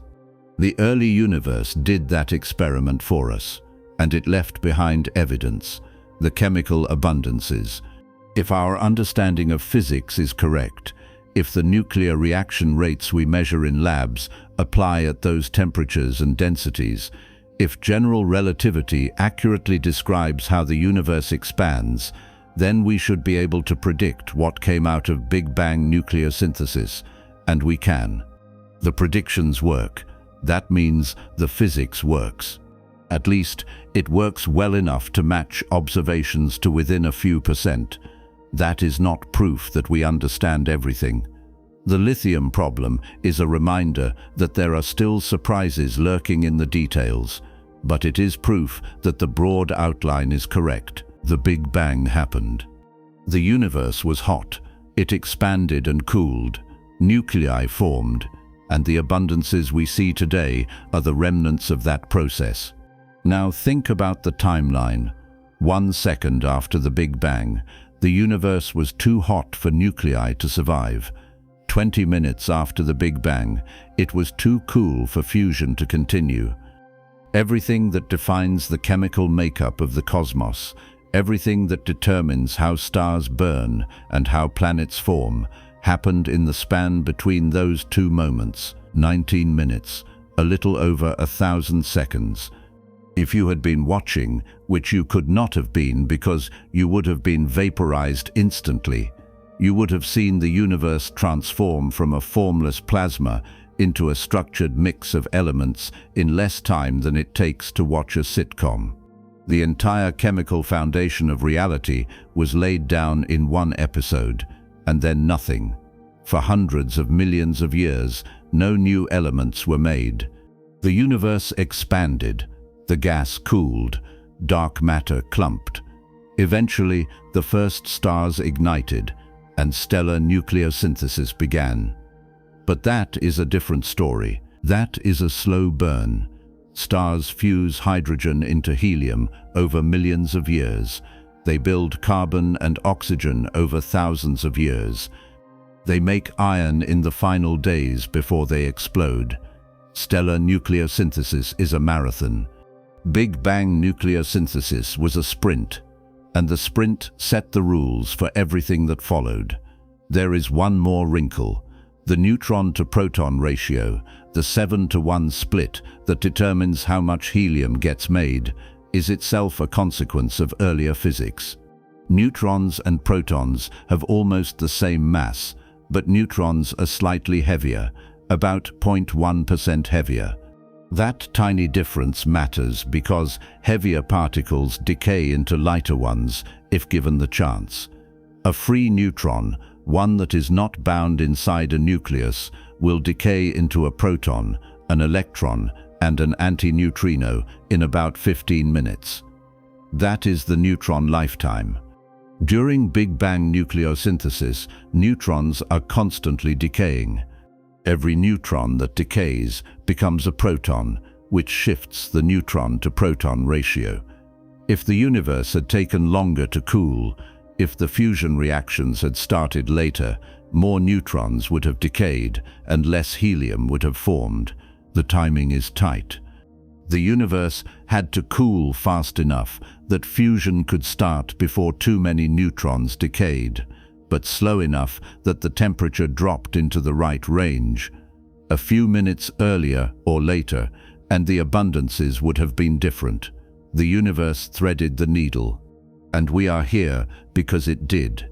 The Big Bang made hydrogen and helium. Stars made carbon, oxygen, nitrogen, and iron. Supernovae made gold, uranium, and platinum. But the starting point, the canvas on which everything else was painted, was set in the first 3 minutes.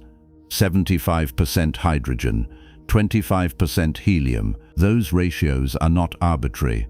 They are baked into the structure of the cosmos. They are a consequence of the temperature, the density, the expansion rate, and the fundamental forces of nature, all acting together in a brief window of time when the universe was young and simple and extraordinarily violent. And now, billions of years later, we can look back at that moment.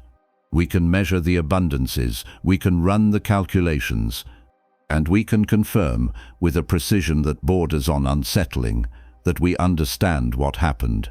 Not perfectly, not completely, but well enough to predict the outcome of a process that occurred 13.8 billion years ago with an accuracy of a few percent. That is not luck. That is physics. But even 3 minutes after the Big Bang is not the beginning. The universe was already 100,000 trillion degrees old by then, already expanding, already cooling, already governed by the laws of quantum mechanics and relativity. To understand where those laws came from, to understand why the universe started in a state of unimaginable heat and density in the first place, we have to go further back, past nucleosynthesis, past the formation of protons and neutrons, past the quark-gluon plasma, all the way to the first fraction of a second, to the quantum dawn, to the moment when space and time themselves were born. We need to go back further, much further, past the 3 minutes of Big Bang nucleosynthesis, past the formation of protons and neutrons, past the quark-gluon plasma, all the way to the first fraction of a second, to the moment when the universe was not just hot, but incomprehensibly, violently, impossibly hot, to a time when the laws of physics, as we understand them, begin to crack, when time itself becomes a questionable concept, when space might not have existed in any meaningful sense. This is the quantum dawn, the beginning of everything, and the uncomfortable truth is that we do not fully understand it. We have models, we have theories, we have equations that seem to work up to a point, But at the very edge, at the absolute beginning, the math breaks down, the physics stops making sense, and we are left staring at a wall we cannot see past, holding a set of tools that were not built for the job. Let's start with a number, 10 to the minus 43 seconds. That is 0.00000000000000000000000000 seconds. 42 zeros after the decimal point, then a 1. This is the Planck time, the smallest unit of time that has any physical meaning in our current understanding of the universe. Below this scale, the concepts of time and space as we know them dissolve. They stop being smooth, continuous things and turn into something else, something foamy, something quantum, something we do not have the language or the mathematics to describe properly. The Planck time is not a limit because we lack better instruments. It is a limit because the universe itself, at that scale, behaves in ways that our theories cannot handle. General relativity, which describes gravity and the large-scale structure of space-time, does not work at the Planck scale. Quantum mechanics, which describes the behavior of particles and fields at the smallest scales, does not work either. We need a theory that unifies both, a theory of quantum gravity, and we do not have one, not a tested one, not a confirmed one. We have candidates, string theory, loop quantum gravity, other ideas, but none of them have made predictions we can test with current technology. So when cosmologists talk about the Planck epoch, the period from time 0 to 10 to the minus 43 seconds after the Big Bang, they are talking about a regime where known physics breaks down, where we are guessing, educated guessing, sure, but guessing nonetheless. The Planck epoch is associated with energies around 10 to the 19th gigaelectron volts. For reference, the Large Hadron Collider, the most powerful particle accelerator ever built, reaches energies of about 14,000 gigaelectron volts. Impressive by human standards, a rounding error compared to the Planck scale. The Planck energy is 1 trillion times higher than anything we can produce in a lab. It is the energy scale where gravity becomes as strong as the other fundamental forces, where space-time itself starts to fluctuate wildly, where the smooth fabric of the cosmos tears into a quantum froth. Physicists sometimes describe the Planck epoch as the moment when the universe was 1 Planck length across, about 10 to the minus 35 meters, smaller than an atom by a factor of about 1 trillion. At that scale, distance does not mean what you think it means. You cannot draw a straight line. You cannot measure a position. The geometry of space is uncertain in the same way that the position of an electron is uncertain in quantum mechanics. The universe at the Planck epoch was not a place, it was a quantum event, a fluctuation, a singularity that somehow expanded into everything. We do not know what caused the Big Bang. We do not know if the question even makes sense. Causality, the idea that events have causes, depends on time. If time itself began at the Big Bang, then asking what came before is like asking what is north of the North Pole. The question assumes a framework that does not apply. Some physicists think the universe began as a quantum fluctuation, a random blip in a quantum field that inflated into a cosmos. Others think time is cyclical, that the Big Bang was not the beginning, but a transition from a previous state, a previous universe that collapsed and rebounded. Still others think the universe is one of many, part of a multiverse, where Big Bangs are happening constantly in different regions of a larger structure. These are not fringe ideas. These are serious proposals from serious scientists, but they are speculative. We do not have evidence for any of them. Not yet.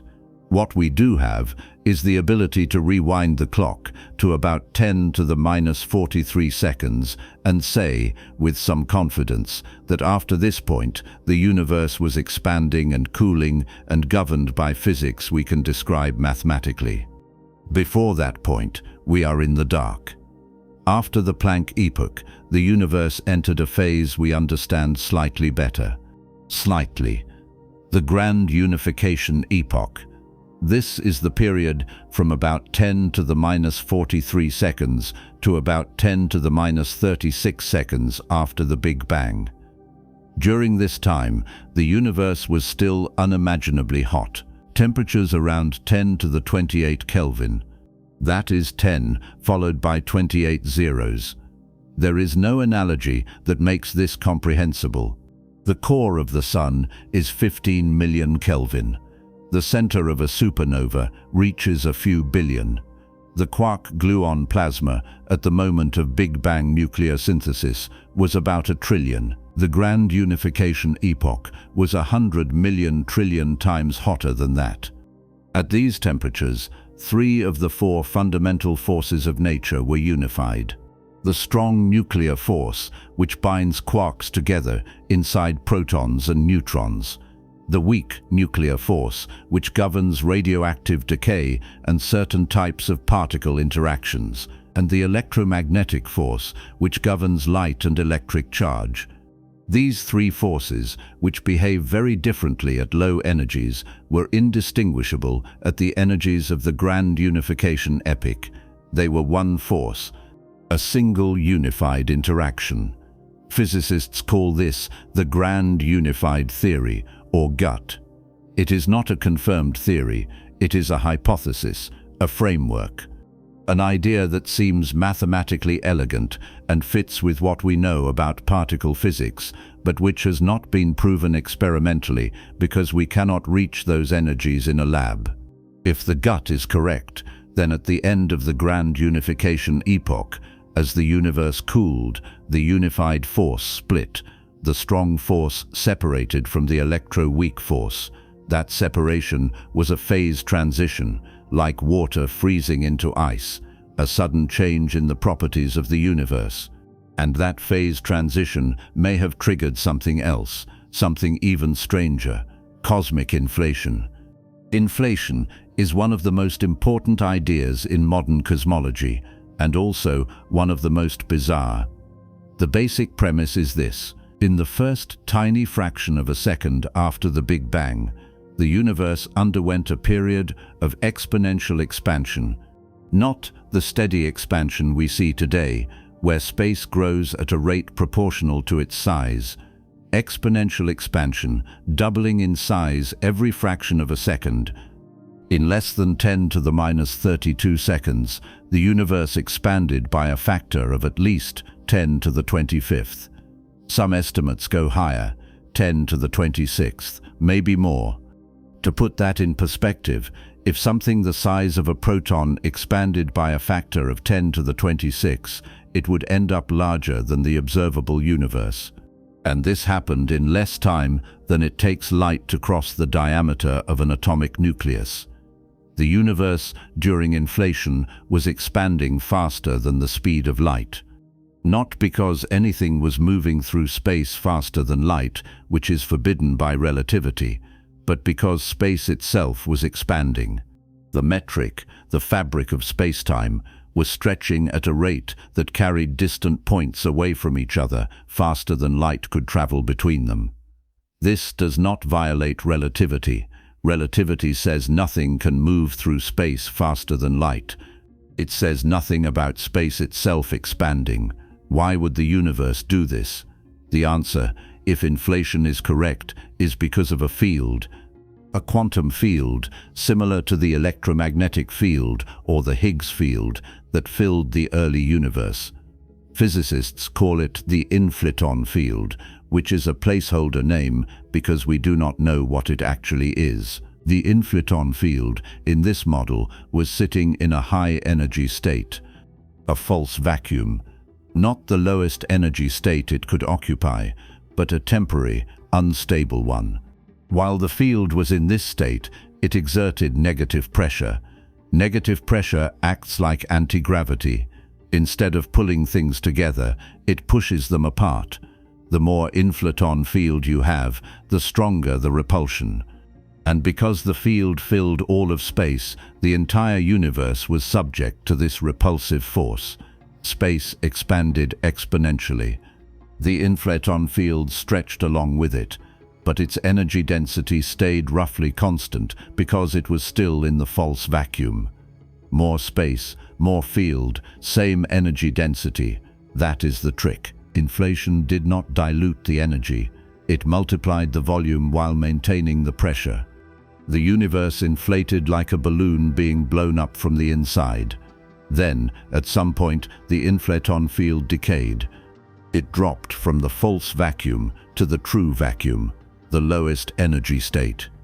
When it did, all the energy that had been locked up in the field was released, converted into particles, radiation, heat. This is called reheating. The end of inflation dumped an enormous amount of energy into the universe, and that energy became the hot, dense plasma that we identify with the conventional Big Bang. In this picture, the Big Bang was not the beginning, it was the end of inflation. The moment when the inflaton field decayed and filled the universe with matter and radiation. Everything we see today, all the galaxies and stars and planets, came from the energy released at the end of inflation. The universe did not start hot and dense. It started cold and empty, with just the inflaton field, and then inflation made it huge, and then reheating made it hot. This is the inflationary model, and it solves several problems that plagued cosmology before it was proposed. The first problem is the horizon problem. The universe, as we observe it today, is remarkably uniform. The temperature of the cosmic microwave background is the same in every direction to within 1 part in 100,000. But according to standard Big Bang cosmology, without inflation, many regions of the universe that we see today should never have been in causal contact. They are separated by distances so large that light has not had time to travel between them in the age of the universe. So how did they end up at the same temperature? How did they know to be uniform? Inflation solves this. Before inflation, the entire observable universe was a tiny region, much smaller than an atom. That region was small enough that light could cross it many times over. It had time to thermalize, to reach the same temperature everywhere. Then inflation stretched that region by a factor of 10 to the 26 or more. The parts that had been in contact were suddenly separated by vast distances, but they retained the same temperature because they had already equilibrated before inflation blew them apart. The uniformity we see today is a relic of pre-inflation thermalization. The second problem is the flatness problem. The universe, as far as we can tell, is spatially flat. The geometry of space is Euclidean. Parallel lines stay parallel. The angles of a triangle add up to 180 degrees. This is strange because the universe does not have to be flat.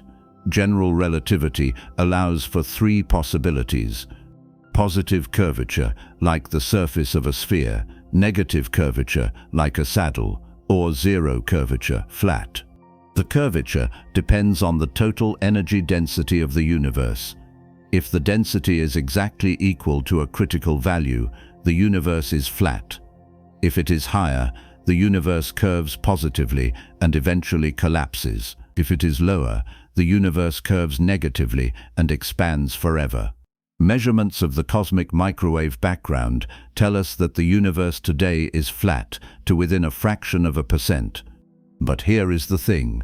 Flatness is unstable. If the universe starts out even slightly curved, the curvature grows over time. A universe that was slightly positively curved in the early moments would have collapsed long ago. A universe that was slightly negatively curved would be obviously curved today. For the universe to be as flat as it is now, it had to be extraordinarily flat at the beginning. The initial density had to match the critical density to within 1 part in 10 to the 60 or better. That level of fine-tuning is hard to explain. It feels like the universe was set up that way on purpose. Inflation solves this too. Exponential expansion flattens curvature. If you inflate a balloon by a factor of 10 to the 26, the surface looks flat, no matter what shape it started as. Inflate the universe enough, and any initial curvature gets smoothed out. The universe becomes flat, whether it started that way or not. The third problem is the monopole problem. Grand unified theories predict that when the unified force splits into separate forces, topological defects should form. Magnetic monopoles, isolated north or south magnetic poles, not bound together in pairs like the magnets you are familiar with. Gut monopoles would be incredibly massive, about 10 to the 16 times the mass of a proton, and they should be common. The phase transition that created them should have produced roughly 1 monopole per horizon volume. That means there should be monopoles everywhere. We should be swimming in them. We have never detected a single one, not one. Inflation solves this by diluting them. If monopoles formed before inflation, the exponential expansion would have spread them out so much that the density dropped to nearly zero. There might be 1 monopole in the entire observable universe, maybe none. We would never find it. Problem solved. Inflation also explains where the ripples in the cosmic microwave background came from, the tiny fluctuations in temperature that seeded galaxies. These fluctuations, according to inflation, are quantum fluctuations in the inflaton field that got stretched to cosmic scales. At the beginning of inflation, the inflaton field was not perfectly uniform. It had tiny quantum variations, random fluctuations in energy density from point to point. Normally, quantum fluctuations stay small. They fluctuate on scales of atoms or smaller. But during inflation, space was expanding so fast that these fluctuations got stretched. A quantum ripple the size of a proton became the size of a galaxy, then the size of a supercluster. By the time inflation ended, the quantum fluctuations had been blown up to macroscopic, even cosmic scales. When the inflaton decayed and reheated the universe, those fluctuations became fluctuations in the density of matter and radiation, slightly denser regions and slightly less dense regions. And those density fluctuations, amplified by gravity over billions of years, became the galaxies and voids we see today. The structure of the universe, the cosmic microwave background anisotropies, the clustering of galaxies, all of it traces back to quantum noise in a field that existed for a fraction of a second, 10 to the minus 35 seconds after the Big Bang. That is one of the most profound ideas in all of cosmology. The seeds of galaxies are quantum fluctuations. The universe is built on randomness. But inflation is not proven. It is widely accepted. Most cosmologists think something like inflation happened. The evidence is strong. The theory explains too many things too well to be a coincidence. But we do not know what the inflaton field is. We do not know what caused inflation to start or stop. We do not know if inflation happened once or many times. Some models suggest inflation is eternal, that it never fully stops, that new universes are constantly budding off in regions where inflation continues, while our universe is a bubble where inflation ended. These are called multiverse models, and they are deeply controversial. If inflation is eternal, and every bubble universe has different physical constants, different laws, then we might be in a universe that is fine-tuned for life simply because we could not exist in the bubbles that are not. That is the anthropic principle. We see a universe that allows us to exist because if it did not, we would not be here to see it. It is a philosophically unsatisfying answer, but it is hard to rule out if eternal inflation is correct, and we have no way to test it, not yet. One of the key predictions of inflation is that it should have produced gravitational waves, ripples in space-time itself, created by the exponential expansion. These primordial gravitational waves would have left an imprint on the cosmic microwave background, a specific pattern in the polarization of the light. Astronomers have been searching for this signal for years. In 2014, a team announced they had detected it. The claim made headlines. It was hailed as the smoking gun for inflation. A few months later, the claim was retracted. The signal they detected turned out to be contamination from dust in our own galaxy. The search continues. If primordial gravitational waves are detected, inflation moves from hypothesis to confirmed theory. If they are not, inflation is in trouble. The window is closing. We are reaching the sensitivity limits of current instruments. Either we find the signal soon, or we have to start rethinking the model. After inflation, after the inflaton decayed and reheated the universe, we enter the electroweak epoch. This is roughly 10 to the minus 12 seconds to 10 to the minus 11 seconds after the Big Bang. Temperatures around 100 giga-electron volts. This is a regime particle physicists know well. 100 giga-electron volts is within the range of the Large Hadron Collider. We have recreated these conditions in the lab. We know what happens. At this energy, the electromagnetic force and the weak nuclear force are still unified. They are one interaction, the electroweak force. As the universe cooled below about 100 giga-electron volts, the electroweak force split. The Higgs field, the field responsible for giving particles mass, underwent a phase transition. Before the transition, particles like the W and Z bosons, which carry the weak force, were massless. After the transition, they gained mass. The Higgs mechanism kicked in. The weak force became short range. The electromagnetic force stayed long range.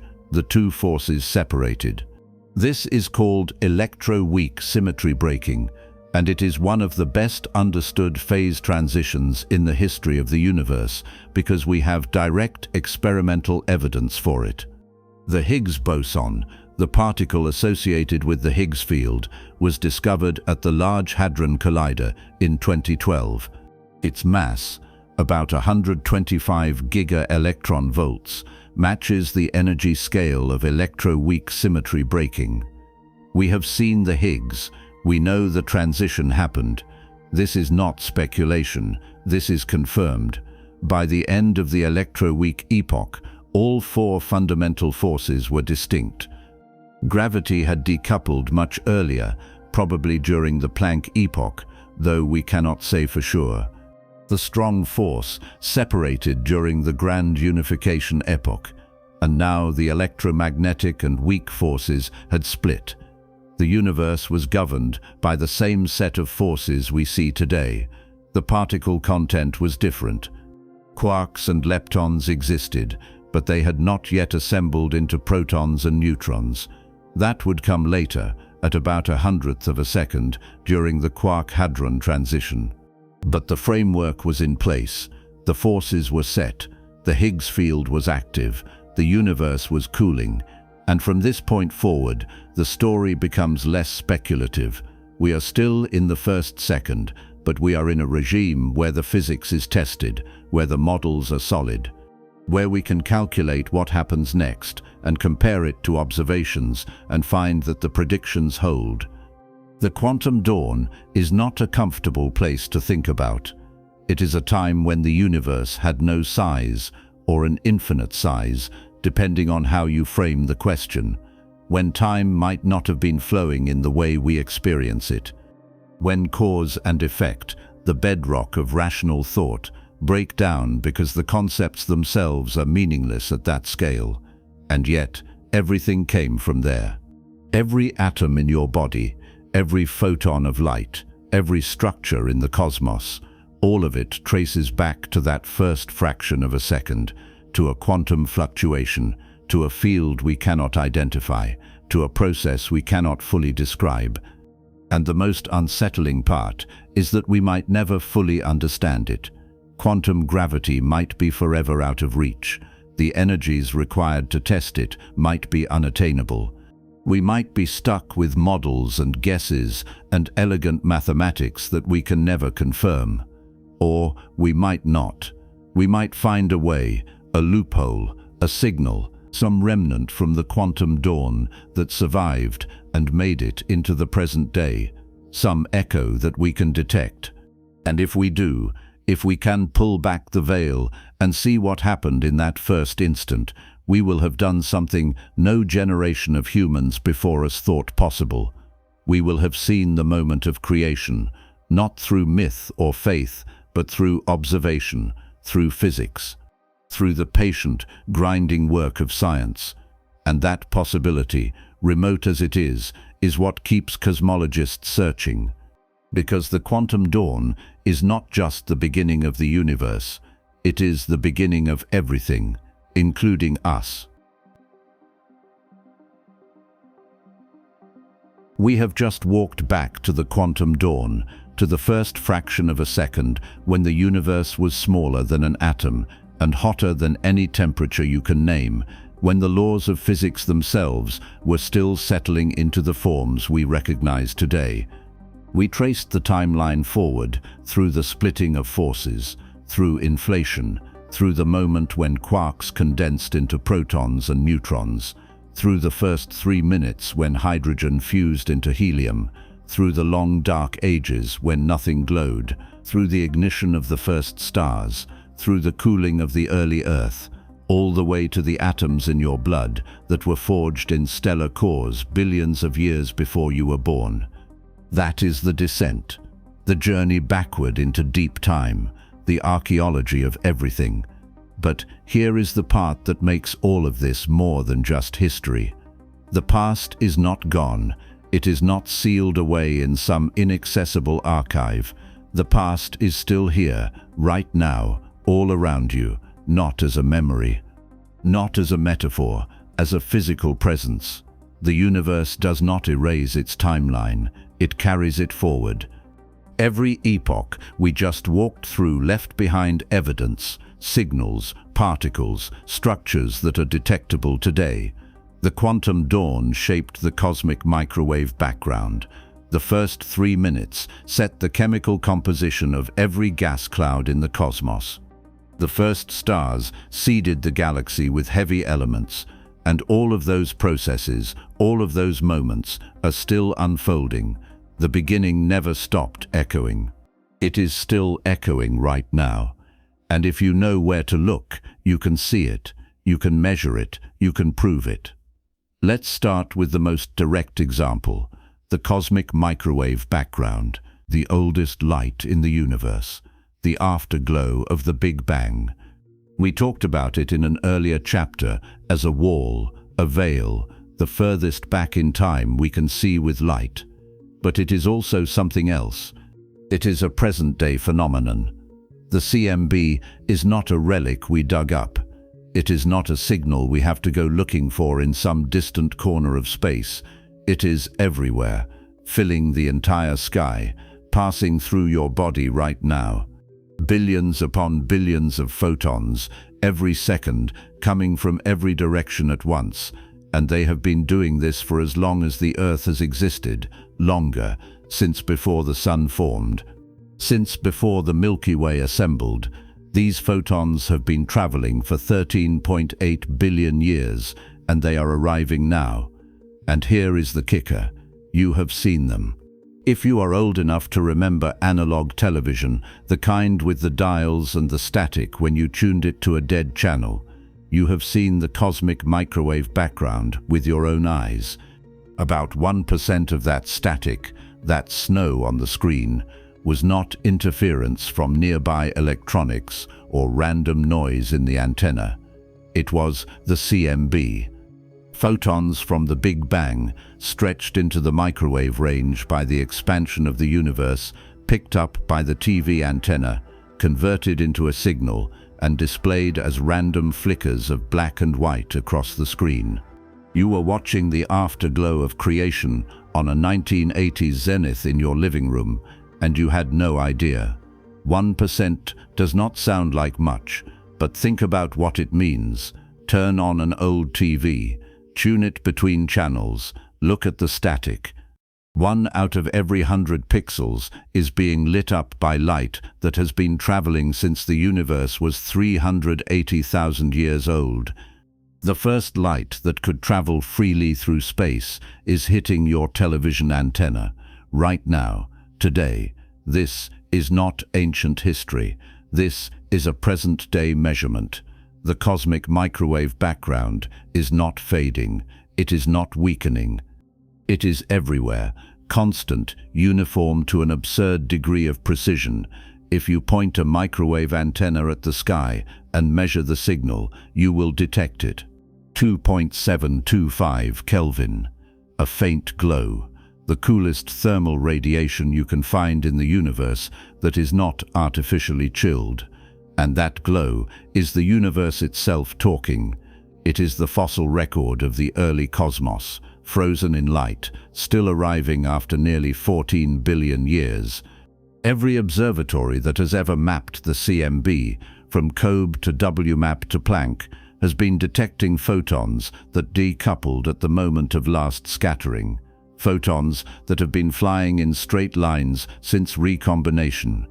Photons that were released when the universe was a hot, dense plasma, and which have been cooling and stretching ever since. The past is not gone. It is traveling toward you at the speed of light. But the CMB is just the beginning. The echoes go deeper. Consider star formation. We spent a chapter talking about the first stars, the population 3 giants that lit up the dark ages and seeded the early universe with heavy elements. Those stars are gone. They lived fast, burned bright, and exploded. None of them are still around. The first generation of stars died billions of years ago. But the process they started has never stopped. Stars are still forming, right now, today. In the Milky Way alone, new stars are igniting at a rate of somewhere between 1 and 2 solar masses per year. Some estimates push it higher. 2.0 plus or minus 0.7 solar masses per year is a commonly cited figure. That means the galaxy is producing roughly 6 to 7 new stars every year, on average, though the exact number depends on the masses of the individual stars. A 10 solar mass star counts as 10 solar masses of star formation, even though it is a single object. A cluster of 10 1 solar mass stars counts the same. Either way, the point is clear. The Milky Way is still making stars. It has been making stars for more than 13 billion years, and it has not stopped. The mechanism is the same as it was in the Dark Ages. Gravity pulls gas together. The gas heats up as it collapses. The core reaches 10 million degrees. Fusion ignites. A new star turns on. The process is slower now than it was in the early universe. The gas is more spread out. There is less of it, proportionally, because much of it has already been locked up in stars or blown out of galaxies by supernova winds. But the process is still running, and every new star that forms is a continuation of the legacy of the first stars. The heavy elements in the gas clouds where modern stars are born came from earlier generations. Carbon, oxygen, nitrogen, iron, all of it was made in the cores of massive stars and scattered by supernova explosions. The gas that collapses to form a star today is enriched with the ashes of stars that died billions of years ago. Star formation is not a relic process, it is an ongoing one. The timeline we traced backward from the sun to the first stars is still moving forward. The first lights ignited in the Dark Ages, and their descendants are igniting today. The same is true for supernovae. Massive stars are still exploding, not as often as they did in the early universe, when star formation rates were higher and the galaxy was younger, but they are still happening. On average, the Milky Way sees a supernova about once every 50 years or so. We have not observed one directly in our galaxy since 1604, when Kepler spotted one in the constellation Ophiuchus, but the math says they are happening whether we see them or not. Most of them are hidden behind dust clouds or occur on the far side of the galaxy where we cannot detect them easily, but they are there, and every time a massive star explodes, it scatters heavy elements into space. Every supernova is a repeat of the process that began with the first population 3 stars. The universe is still building the periodic table, still enriching the interstellar medium, still seeding future star systems with the raw materials for planets and, eventually, life. The first stars set the pattern. The pattern is still running. Then there are gravitational waves, ripples in space-time itself, produced by the most violent events the universe allows: black hole mergers, neutron-star collisions, supernova core collapses. These are not hypothetical, they are real, and they are happening. The first direct detection of gravitational waves came in 2015, when the Laser Interferometer Gravitational Wave Observatory, LIGO, picked up the signal of 2 black holes spiraling into each other and merging. The black holes were roughly 30 solar masses each. The merger released more energy in a fraction of a second than all the stars in the observable universe combined. That energy was not released as light. It was released as gravitational waves, ripples in the fabric of space-time, spreading outward at the speed of light, stretching and compressing space itself as they passed. By the time the waves reached Earth, they had been traveling for more than 1 billion years. The black holes that created them merged when the universe was younger, when Earth was still molten, when the first multicellular life had not yet appeared in the oceans, and the signal arrived in 2015. Detected by instruments so sensitive they can measure a change in the length of a 4-kilometer-long laser beam that is smaller than the width of a proton. Since that first detection, LIGO and its European counterpart Virgo have detected dozens of gravitational wave events, black hole mergers, neutron-star mergers. Some of the signals come from objects that merged billions of years ago. Others are more recent, cosmically speaking, a few 100 million years. The point is that these events are continuous. Violent processes in the early universe produced gravitational waves. Violent processes today produce gravitational waves. The timeline does not break. The echoes keep propagating. Every time a massive object accelerates, it distorts space-time. And if the distortion is strong enough, it sends ripples outward. Those ripples travel forever, weakening as they spread, but never fully disappearing. Gravitational waves from the Big Bang itself, from inflation, from the quark-hadron transition, are still out there. We have not detected them yet. They are too faint, but they are there. The entire history of the universe is encoded in gravitational waves that are still traveling, still stretching space, still waiting to be measured. And then there is the structure of the universe itself, the cosmic web. The vast network of galaxy clusters and superclusters connected by filaments of dark matter and gas, separated by enormous voids where almost nothing exists. That structure is not static. It is evolving, growing. Galaxies are still merging. Clusters are still pulling in new members. Dark matter halos are still collapsing under their own gravity, pulling gas inward, triggering new rounds of star formation. The cosmic web we see today is the grown-up version of the tiny ripples in the cosmic microwave background. The density fluctuations that existed when the universe was 380,000 years old have been amplified by gravity over billions of years. Slightly denser regions became denser still. They pulled in more matter. They grew into galaxies. Those galaxies pulled in other galaxies. Clusters formed. Superclusters formed. And the process is still happening. The universe is not done building structure. It is still assembling itself. The Milky Way, for example, is currently in the process of cannibalizing several smaller galaxies. The Sagittarius dwarf elliptical galaxy is being torn apart by the Milky Way's gravity. Its stars are being stripped away and absorbed into the galactic halo.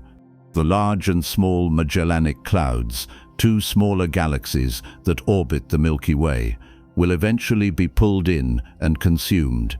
This is not ancient history. This is happening now. Over the next few billion years, the Milky Way will merge with the Andromeda Galaxy, creating a single, larger elliptical galaxy. The collision has not started yet, but it is inevitable. The two galaxies are falling toward each other right now, pulled by their mutual gravitational attraction. The timeline we traced, from the first galaxies assembling in the Dark Ages to the formation of the Milky Way, is still in motion. Galaxies are still forming, still merging, still growing. The past set the initial conditions, but the present is still executing the program. Dark matter and dark energy are part of this story too. We do not know what they are. Dark matter is some form of matter that does not interact with light, does not emit radiation, does not absorb it, but has mass and exerts gravity. It makes up about 27% of the total energy density of the universe. We know it exists because we can see its gravitational effects.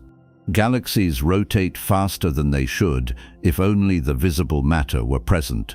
Galaxy clusters hold together more tightly than the visible mass can explain. The gravitational lensing of distant galaxies by foreground clusters is stronger than the visible matter predicts. Something is there. Something with mass, something invisible, and we do not know what it is. Decades of experiments have searched for dark matter particles, underground detectors, particle accelerators, space telescopes. Nothing. No direct detection. The leading candidates, weakly interacting massive particles, have not shown up. Other models propose axions, primordial black holes, modified gravity. None of them are proven. Dark matter is a placeholder name for something we know is real but cannot identify. Dark energy is even stranger. It makes up about 68% of the total energy density of the universe. It is driving the accelerated expansion of space. The universe is not just expanding, it is expanding faster over time. Galaxies that are far away are receding from us at speeds that increase with distance. The further away a galaxy is, the faster it is moving away. And the rate of that recession is accelerating. Something is pushing space apart, some form of energy that fills the vacuum, that exerts negative pressure, that acts like anti-gravity. We call it dark energy because we have no idea what it is. The simplest explanation is that it is the cosmological constant, a term Einstein added to his equations of general relativity and later called his biggest blunder. If the cosmological constant is real, it means empty space has energy. The vacuum itself exerts pressure, and that pressure is causing the universe to expand faster over time. Measurements of distant supernovae, observations of the cosmic microwave background, studies of large-scale structure, all of them point to the same conclusion. Dark energy is real. It is 70% of the universe, and we do not understand it. Dark matter and dark energy are reminders that the story is not over, that we are still in the middle of figuring this out, that the descent into deep time, the journey back to the quantum dawn, is incomplete because the physics itself is incomplete. We can trace the timeline with extraordinary precision. We can measure the age of the universe to within a fraction of a percent. We can predict the abundances of light elements produced in Big Bang nucleosynthesis and match them to observations. We can map the cosmic microwave background and extract the parameters of the early universe, but we cannot explain what most of the universe is made of: 70% dark energy, 27% dark matter, 5% ordinary matter, atoms, protons, neutrons, electrons. Everything we have ever seen, touched, measured directly. 5%. The rest is invisible, unknown. And it is not hiding in some distant corner of the cosmos. It is here. It is in this room. Dark matter is passing through your body right now.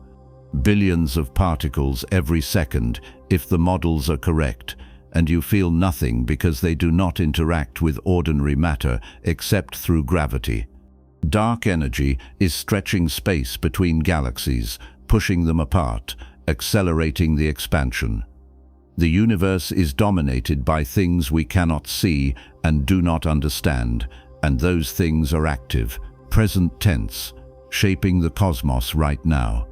This is what it means to say the past is still here. The cosmic microwave background is not a relic. It is a signal you can detect with a radio telescope today. Star formation is not a process that ended with the first stars. It is happening in the Milky Way right now, 6 to 7 new stars every year. Gravitational waves from violent events billions of years ago are still traveling through space, still stretching and compressing space-time, still detectable if you build an instrument sensitive enough. The cosmic web is still growing, galaxies are still merging, dark matter is still clumping, dark energy is still accelerating the expansion. The universe is not a finished product, it is a work in progress. And every stage of its history, every epoch we walked through on the descent into deep time, left behind fingerprints that are still visible, still measurable, still shaping the present. The timeline does not end. It curves back around. The quantum dawn shaped the cosmic microwave background, which shaped the distribution of matter, which shaped the formation of galaxies, which shaped the production of heavy elements, which shaped the formation of planets, which shaped the emergence of life. And life now looks back at the timeline and sees the whole thing, sees the static on an old television and recognizes it as the Big Bang, sees the helium abundance in distant gas clouds and traces it back to the first 3 minutes, sees the gravitational waves from merging black holes and understands them as ripples in space-time produced by the collapse of massive stars billions of years ago. The past is not gone. It is encoded in the present, and the present is not static. It is the continuation of every process that came before. This is the strangest part of the whole story. Not that the universe is 13.8 billion years old, not that it began in a hot, dense state and expanded and cooled, not that stars formed and galaxies assembled and planets condensed and life emerged. The strange part is that all of it is still happening. The timeline we traced backward is still moving forward. The echoes are still propagating. The signals are still arriving. And if you stop and think about it, if you sit with it for a moment, you realize that you are not observing the history of the universe from the outside. You are inside it. You are part of the present moment, which is itself the continuation of the entire past. The atoms in your body were made in stars. The light hitting your eyes left distant galaxies millions of years ago. The cosmic microwave background is passing through you right now. Gravitational waves from ancient black hole mergers are stretching and compressing the space around you by amounts too small to feel, but real enough to measure. The universe does not have a past and a present. It has a timeline, and you are standing somewhere in the middle of it, looking both ways. And the most remarkable thing, The thing that makes all of this more than just a collection of facts is that we figured it out. We took the clues, the static on a television, the abundance of helium in old stars, the redshift of distant galaxies, the ripples in the cosmic microwave background, the detection of gravitational waves, and we worked backward. We built models, we tested predictions, we refined the numbers, and we reconstructed the entire history of the universe from the present-day evidence. We did not need a time machine. We did not need to visit the early cosmos. We just needed patience, precision, and the willingness to follow the data wherever it led. And it led us all the way back to the quantum dawn, to the first fraction of a second, to the moment when time itself began.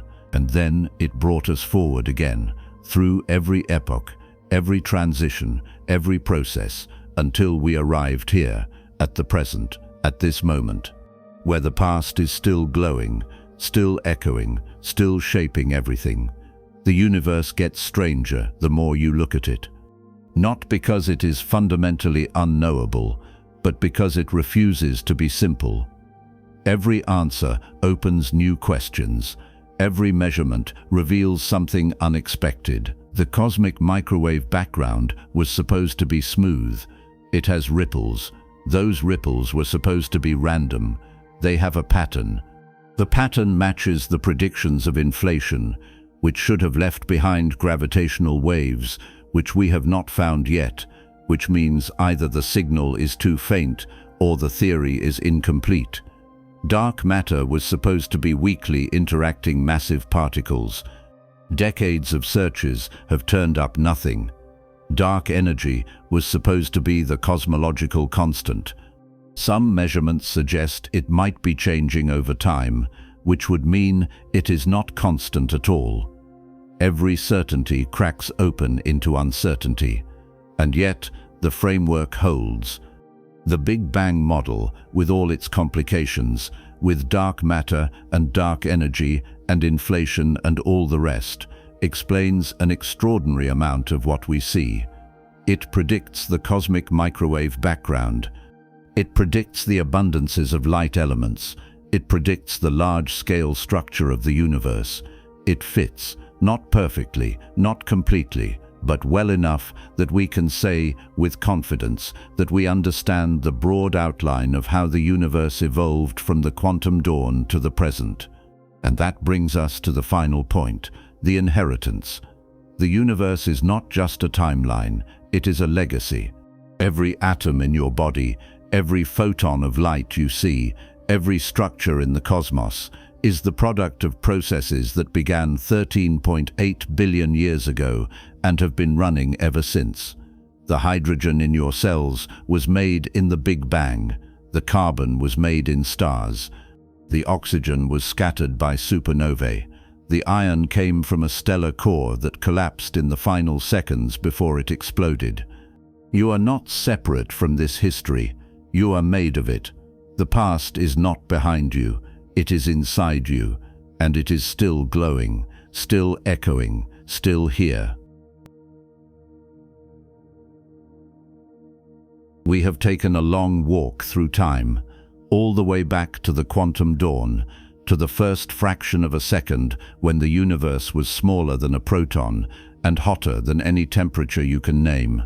We watched the forces split. We saw inflation blow space apart faster than light. We followed the first particles as they condensed into protons and neutrons. We sat through the first 3 minutes while hydrogen fused into helium and the periodic table began to take shape. We waited through the dark ages, 200 million years of nothing, and then we saw the first stars ignite. Population 3 giants, burning blue-white, living fast, dying young, scattering the first heavy elements into space. We watched the solar system condense from a cloud of gas and dust. We stood on the surface of a molten Earth, orbited by a moon so close it filled half the sky. We traced the iron in your blood back to the core of a star that exploded before the sun existed, and then we came forward. through the formation of galaxies, through the slow enrichment of interstellar gas with carbon and oxygen and nitrogen, through billions of years of star formation and supernova explosions and the gradual assembly of the cosmic web, until we arrived here, at the present, at this moment, where you are sitting, breathing, alive, made of atoms that are older than the ground beneath your feet. The entire journey, all 13.8 billion years of it, is still happening. That is the part most people miss. They hear the timeline and they file it away as history, ancient history, something that happened a long time ago in a place far away and does not touch them. But the timeline is not history, it is continuous, it never stopped. The processes that began in the first second are still running. The echoes from the Big Bang are still propagating. The light from the moment of recombination is still arriving.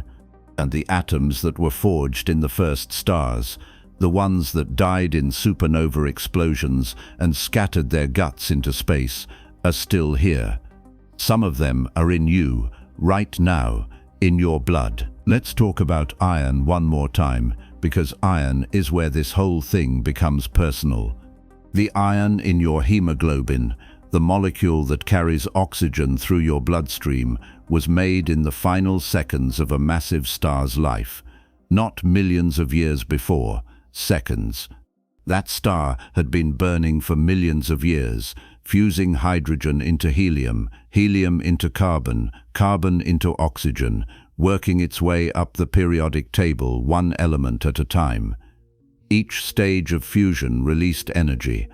That energy kept the star alive, kept it hot, kept it pressurized, kept it from collapsing under its own weight.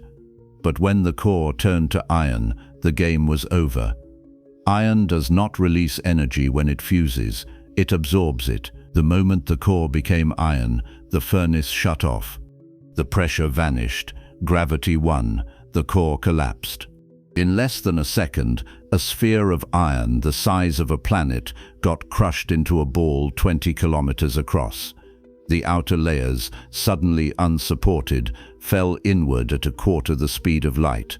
They hit the core, they bounced, and the star exploded.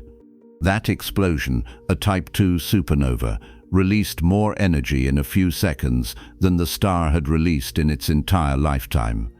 For a brief moment, a single dying star outshone an entire galaxy.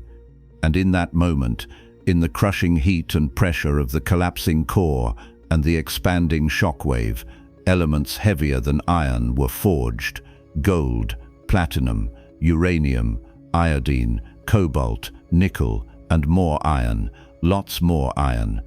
The explosion scattered all of it into space. Billions of tons of freshly minted heavy elements, blown outward in a cloud that would drift through the galaxy for millions of years before mixing with other gas clouds and eventually condensing into new star systems. One of those star systems was ours. The iron that was scattered by that long dead star drifted through space, became part of the molecular cloud that collapsed to form the sun and planets, accreted into the early Earth, and eventually, 4.5 billion years later, ended up in your blood, cycling through your veins, keeping you alive. The iron in your body is not just old, it is a fossil, a relic from a star that died billions of years before you were born. And it is still working, still doing its job, still carrying oxygen from your lungs to your cells, exactly the way it has been doing for every second of your life. This is not a metaphor. This is not poetic language. This is chemistry and physics and the actual history of the atoms inside you. Every breath you take depends on iron that was forged in a supernova. Every thought you have, every movement you make, every heartbeat, every flicker of electrical activity in your brain is powered by elements that were made in stars: carbon, oxygen, nitrogen, phosphorus, sulfur, calcium. All of it came from stellar nucleosynthesis. All of it was scattered by exploding stars. And all of it ended up here, on this planet, in this body, in you. You are not on Earth. You are not in the universe. You are made of the universe. The distinction between you and the cosmos is a category error. You are not separate. You are continuous. And this is where the timeline stops being abstract. Because when you look at the history of the universe, when you trace it back from the present to the quantum dawn, you are not looking at something distant. You are looking at your own history. The Big Bang is not an event that happened to someone else. It is the event that set everything in motion, including you. The hydrogen in your cells was made in the first 3 minutes. The carbon was made in red giants. The oxygen was made in massive stars. The iron came from a supernova. Every stage of cosmic history contributed something to your body. You are a walking archive, a living record of 13.8 billion years of stellar evolution and chemical enrichment. And that record is still being written, because the universe is not done. It is still evolving, still forming stars, still exploding them, still scattering heavy elements into space. The process that made you is still running, right now, today, in the Milky Way, in distant galaxies, everywhere. The Milky Way is making stars at a rate of about 2 solar masses per year. That means every year enough gas collapses to form roughly 6 or 7 new stars, depending on their masses. Some of those stars will be small, red dwarfs that will burn for trillions of years. Some will be massive, blue giants that will live for a few million years and then explode. And when they explode, they will scatter new elements into space, elements that will mix with other gas clouds, elements that will become part of future star systems, future planets, future life, if the conditions are right. The cycle does not stop. The universe is still building, still creating, still enriching itself, and you are part of that process, not as an observer, as a participant. The atoms in your body came from earlier stars. The atoms in your body will eventually return to space. When you die, when your body decomposes, the carbon and oxygen and nitrogen will be released back into the environment. Some of it will stay on Earth. Some of it, over millions of years, might be ejected into space by asteroid impacts or solar wind. And billions of years from now, when the sun swells into a red giant and engulfs the Earth, all of it will be vaporized and scattered. Your atoms will become part of the interstellar medium, and some of them, maybe, will end up in a new star system, a new planet, a new form of life. The cycle continues. The timeline does not end, it loops back around. This is what Carl Sagan meant when he said, "We are made of star stuff." It is not a feel-good slogan, it is a fact, a measurable, testable, undeniable fact. The elements in your body were made in stars, not figuratively, literally. And the process that made them is still happening. The universe is not finished. It is not winding down. It is still active, still dynamic, still generating complexity. And you are one of the most complex things it has managed to produce. A collection of atoms, organized into cells, organized into tissues, organized into organs, organized into a body, organized into a brain, organized into a mind that can look back at the timeline and understand where it came from. That is astonishing. Not in a mystical sense, in a purely physical sense. The universe, through a series of processes that began with the Big Bang and are still ongoing, has managed to organize itself into a structure that is capable of understanding itself. You are the universe looking at itself, thinking about itself, asking where it came from and how it got here. That is not a small thing. That is the most remarkable thing that has happened in 13.8 billion years. And the timeline is not just in your body, it is in the light hitting your eyes. The photons you see when you look at a distant star left that star years ago, decades ago, centuries ago. The light from the nearest star, Proxima Centauri, takes about 4 years to reach Earth. The light from the center of the Milky Way takes about 26,000 years. The light from the Andromeda Galaxy takes 2.5 million years.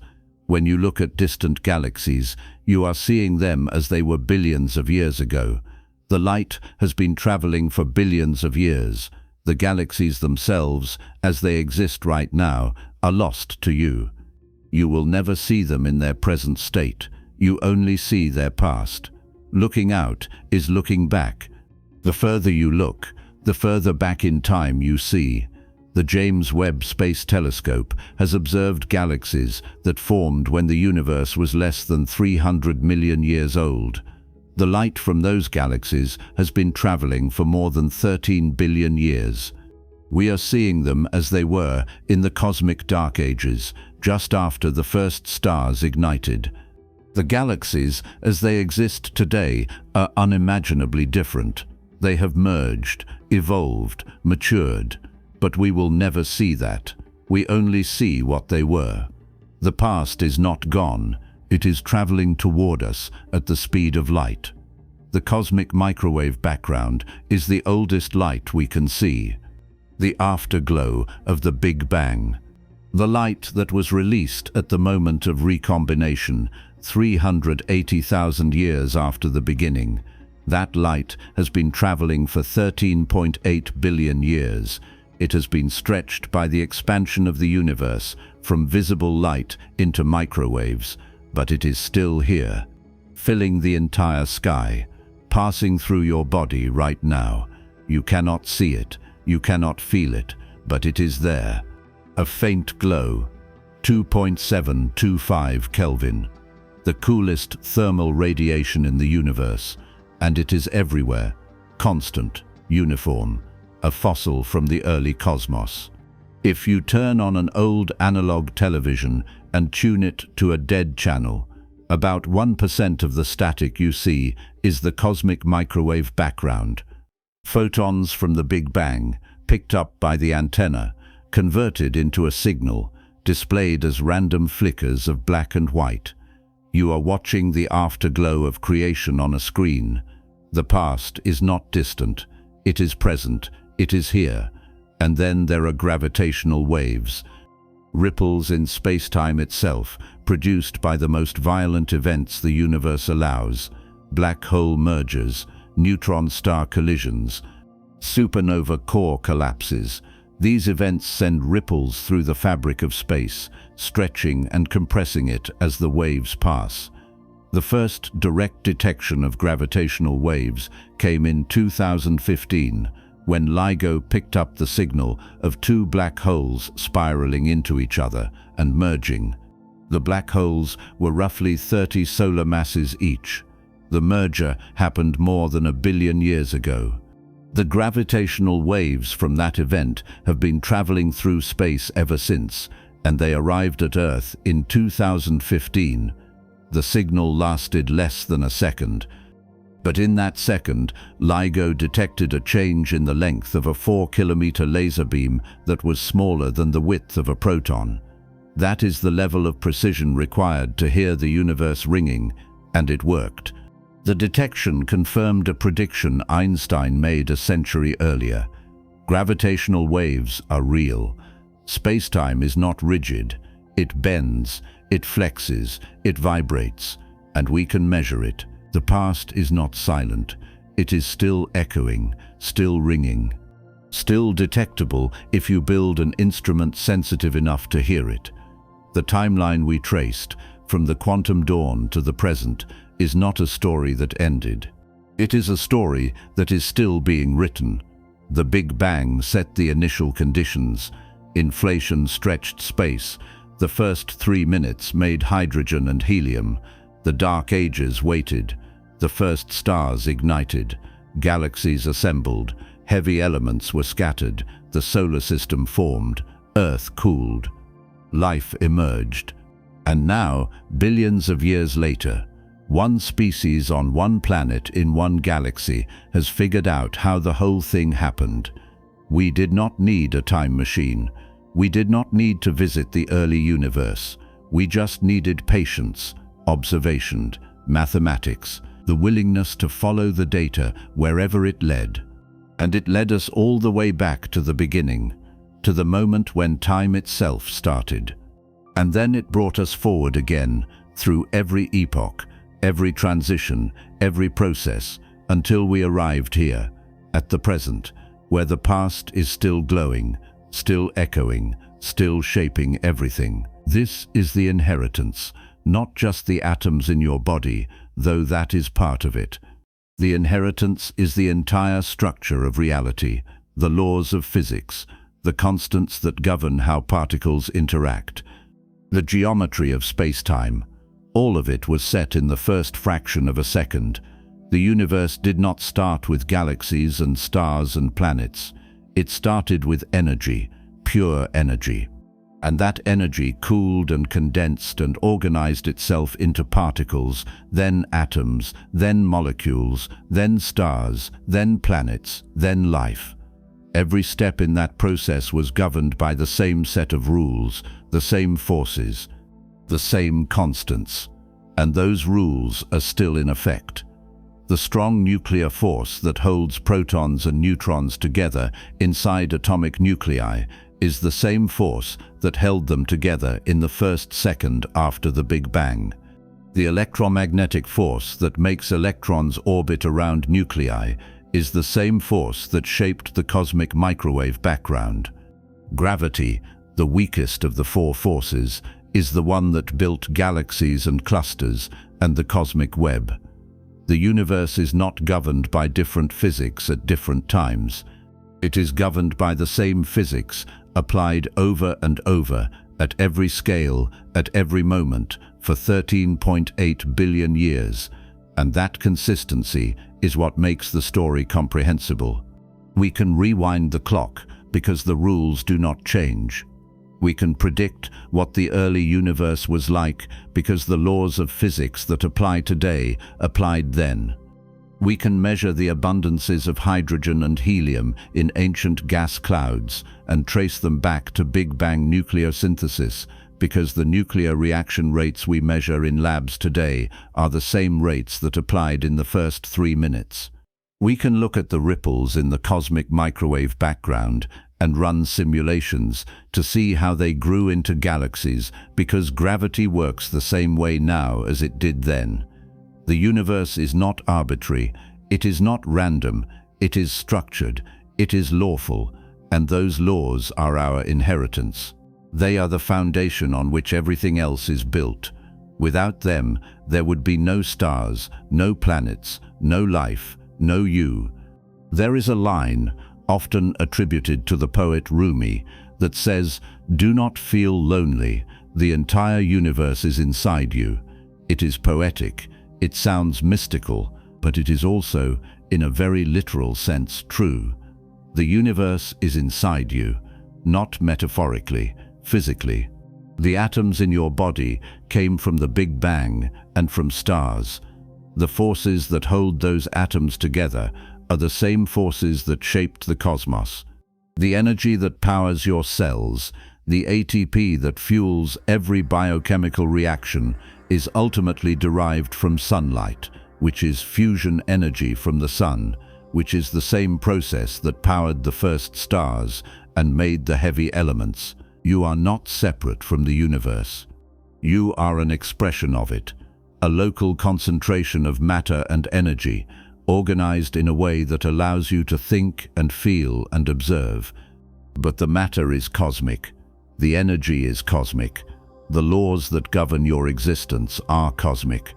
You are the universe, temporarily configured into the shape of a person, and that configuration is rare. As far as we know, life is not common. We have not found it anywhere else. Not yet.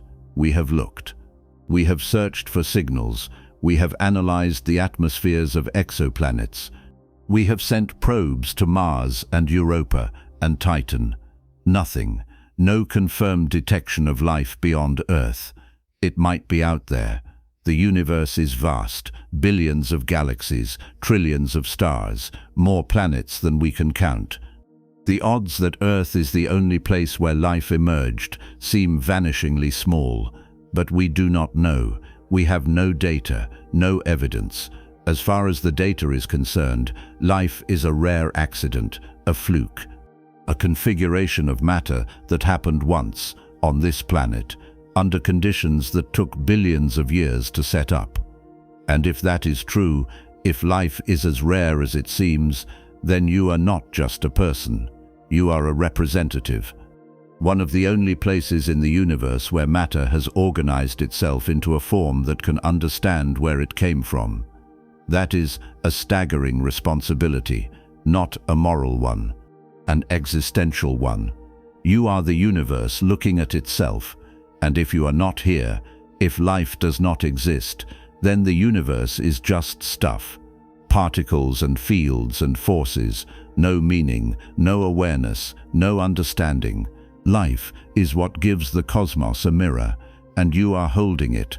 The timeline we traced is not just your history, it is the history of everything, every atom, every photon, every ripple in space-time.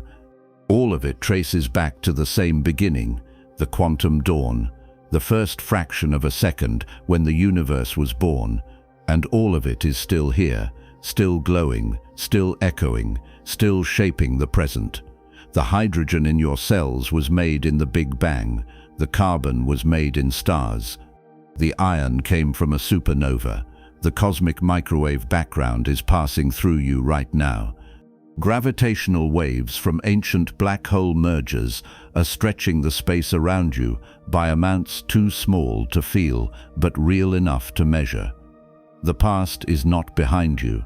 It is inside you, around you, part of you, and it will continue long after you are gone, long after the Earth is gone, long after the sun has burned out and the Milky Way has merged with Andromeda. The universe will keep expanding, keep evolving, keep generating new stars, new elements, new possibilities. The timeline does not end, it keeps going. And every atom that is currently part of you will eventually be part of something else, scattered back into space, mixed into new gas clouds, formed into new stars, new planets, maybe new life. The cycle continues, the inheritance passes forward. This is what it means to be alive, to be conscious, to be aware of the timeline and your place in it.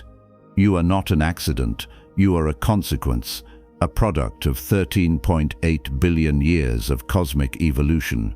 Every process that came before you, every star that exploded, every galaxy that formed, every atom that was made, contributed to your existence. You are the result of the longest chain of causality in the history of the universe. And that chain is still running, still adding links, still moving forward. You are not the end. You are not even the peak. You are a moment in the middle, a brief flicker of awareness in a timeline that stretches from the quantum dawn to the end of time. And in that flicker, you have the chance to look back, to see where you came from, to understand how the whole thing works, to recognize that the universe is not out there, it is in here, in you, in every atom, in every breath, in every thought. The past is still here, still glowing, still echoing, and you are part of it, not separate, not distant. Part of the same continuous story that began with a quantum fluctuation and has been unfolding ever since. That is your inheritance. That is what it means to be made of star stuff. That is what it means to be alive in a universe that is 13.8 billion years old and still, somehow, still glowing. So here is where the story ends, except it doesn't end. It never ended. It has been running for 13.8 billion years, and it is still running right now. The atoms in your hand were forged in stars that died before the Earth existed. The light hitting your eyes left distant galaxies millions of years ago. The cosmic microwave background, the oldest light in the universe, is passing through your body at this exact moment. You are not observing the timeline from the outside. You are standing in the middle of it. The past is not behind you, it is inside you. And the strangest part, the part that keeps cosmologists awake at night, is that the universe did not have to produce anything like you. It could have stayed simple. Hydrogen and helium drifting through the void. No stars, no galaxies, no structure, but the quantum fluctuations were there, the ripples in the primordial plasma, and those ripples grew. Over hundreds of millions of years, they grew into galaxies, into stars, into planets, into chemistry, into life. Into a species that can look back at the entire timeline and understand, with unsettling precision, exactly how it got here. You are the universe looking at itself. That is not poetry, that is physics. The iron in your blood came from a supernova. The carbon in your cells came from a dying star. The hydrogen was made in the first 3 minutes. You are not separate from this story. You are the latest chapter. And the timeline is still being written. Stars are still forming. Supernovae are still exploding. Gravitational waves from ancient collisions are still ringing through space-time. The echoes from the quantum dawn are still propagating.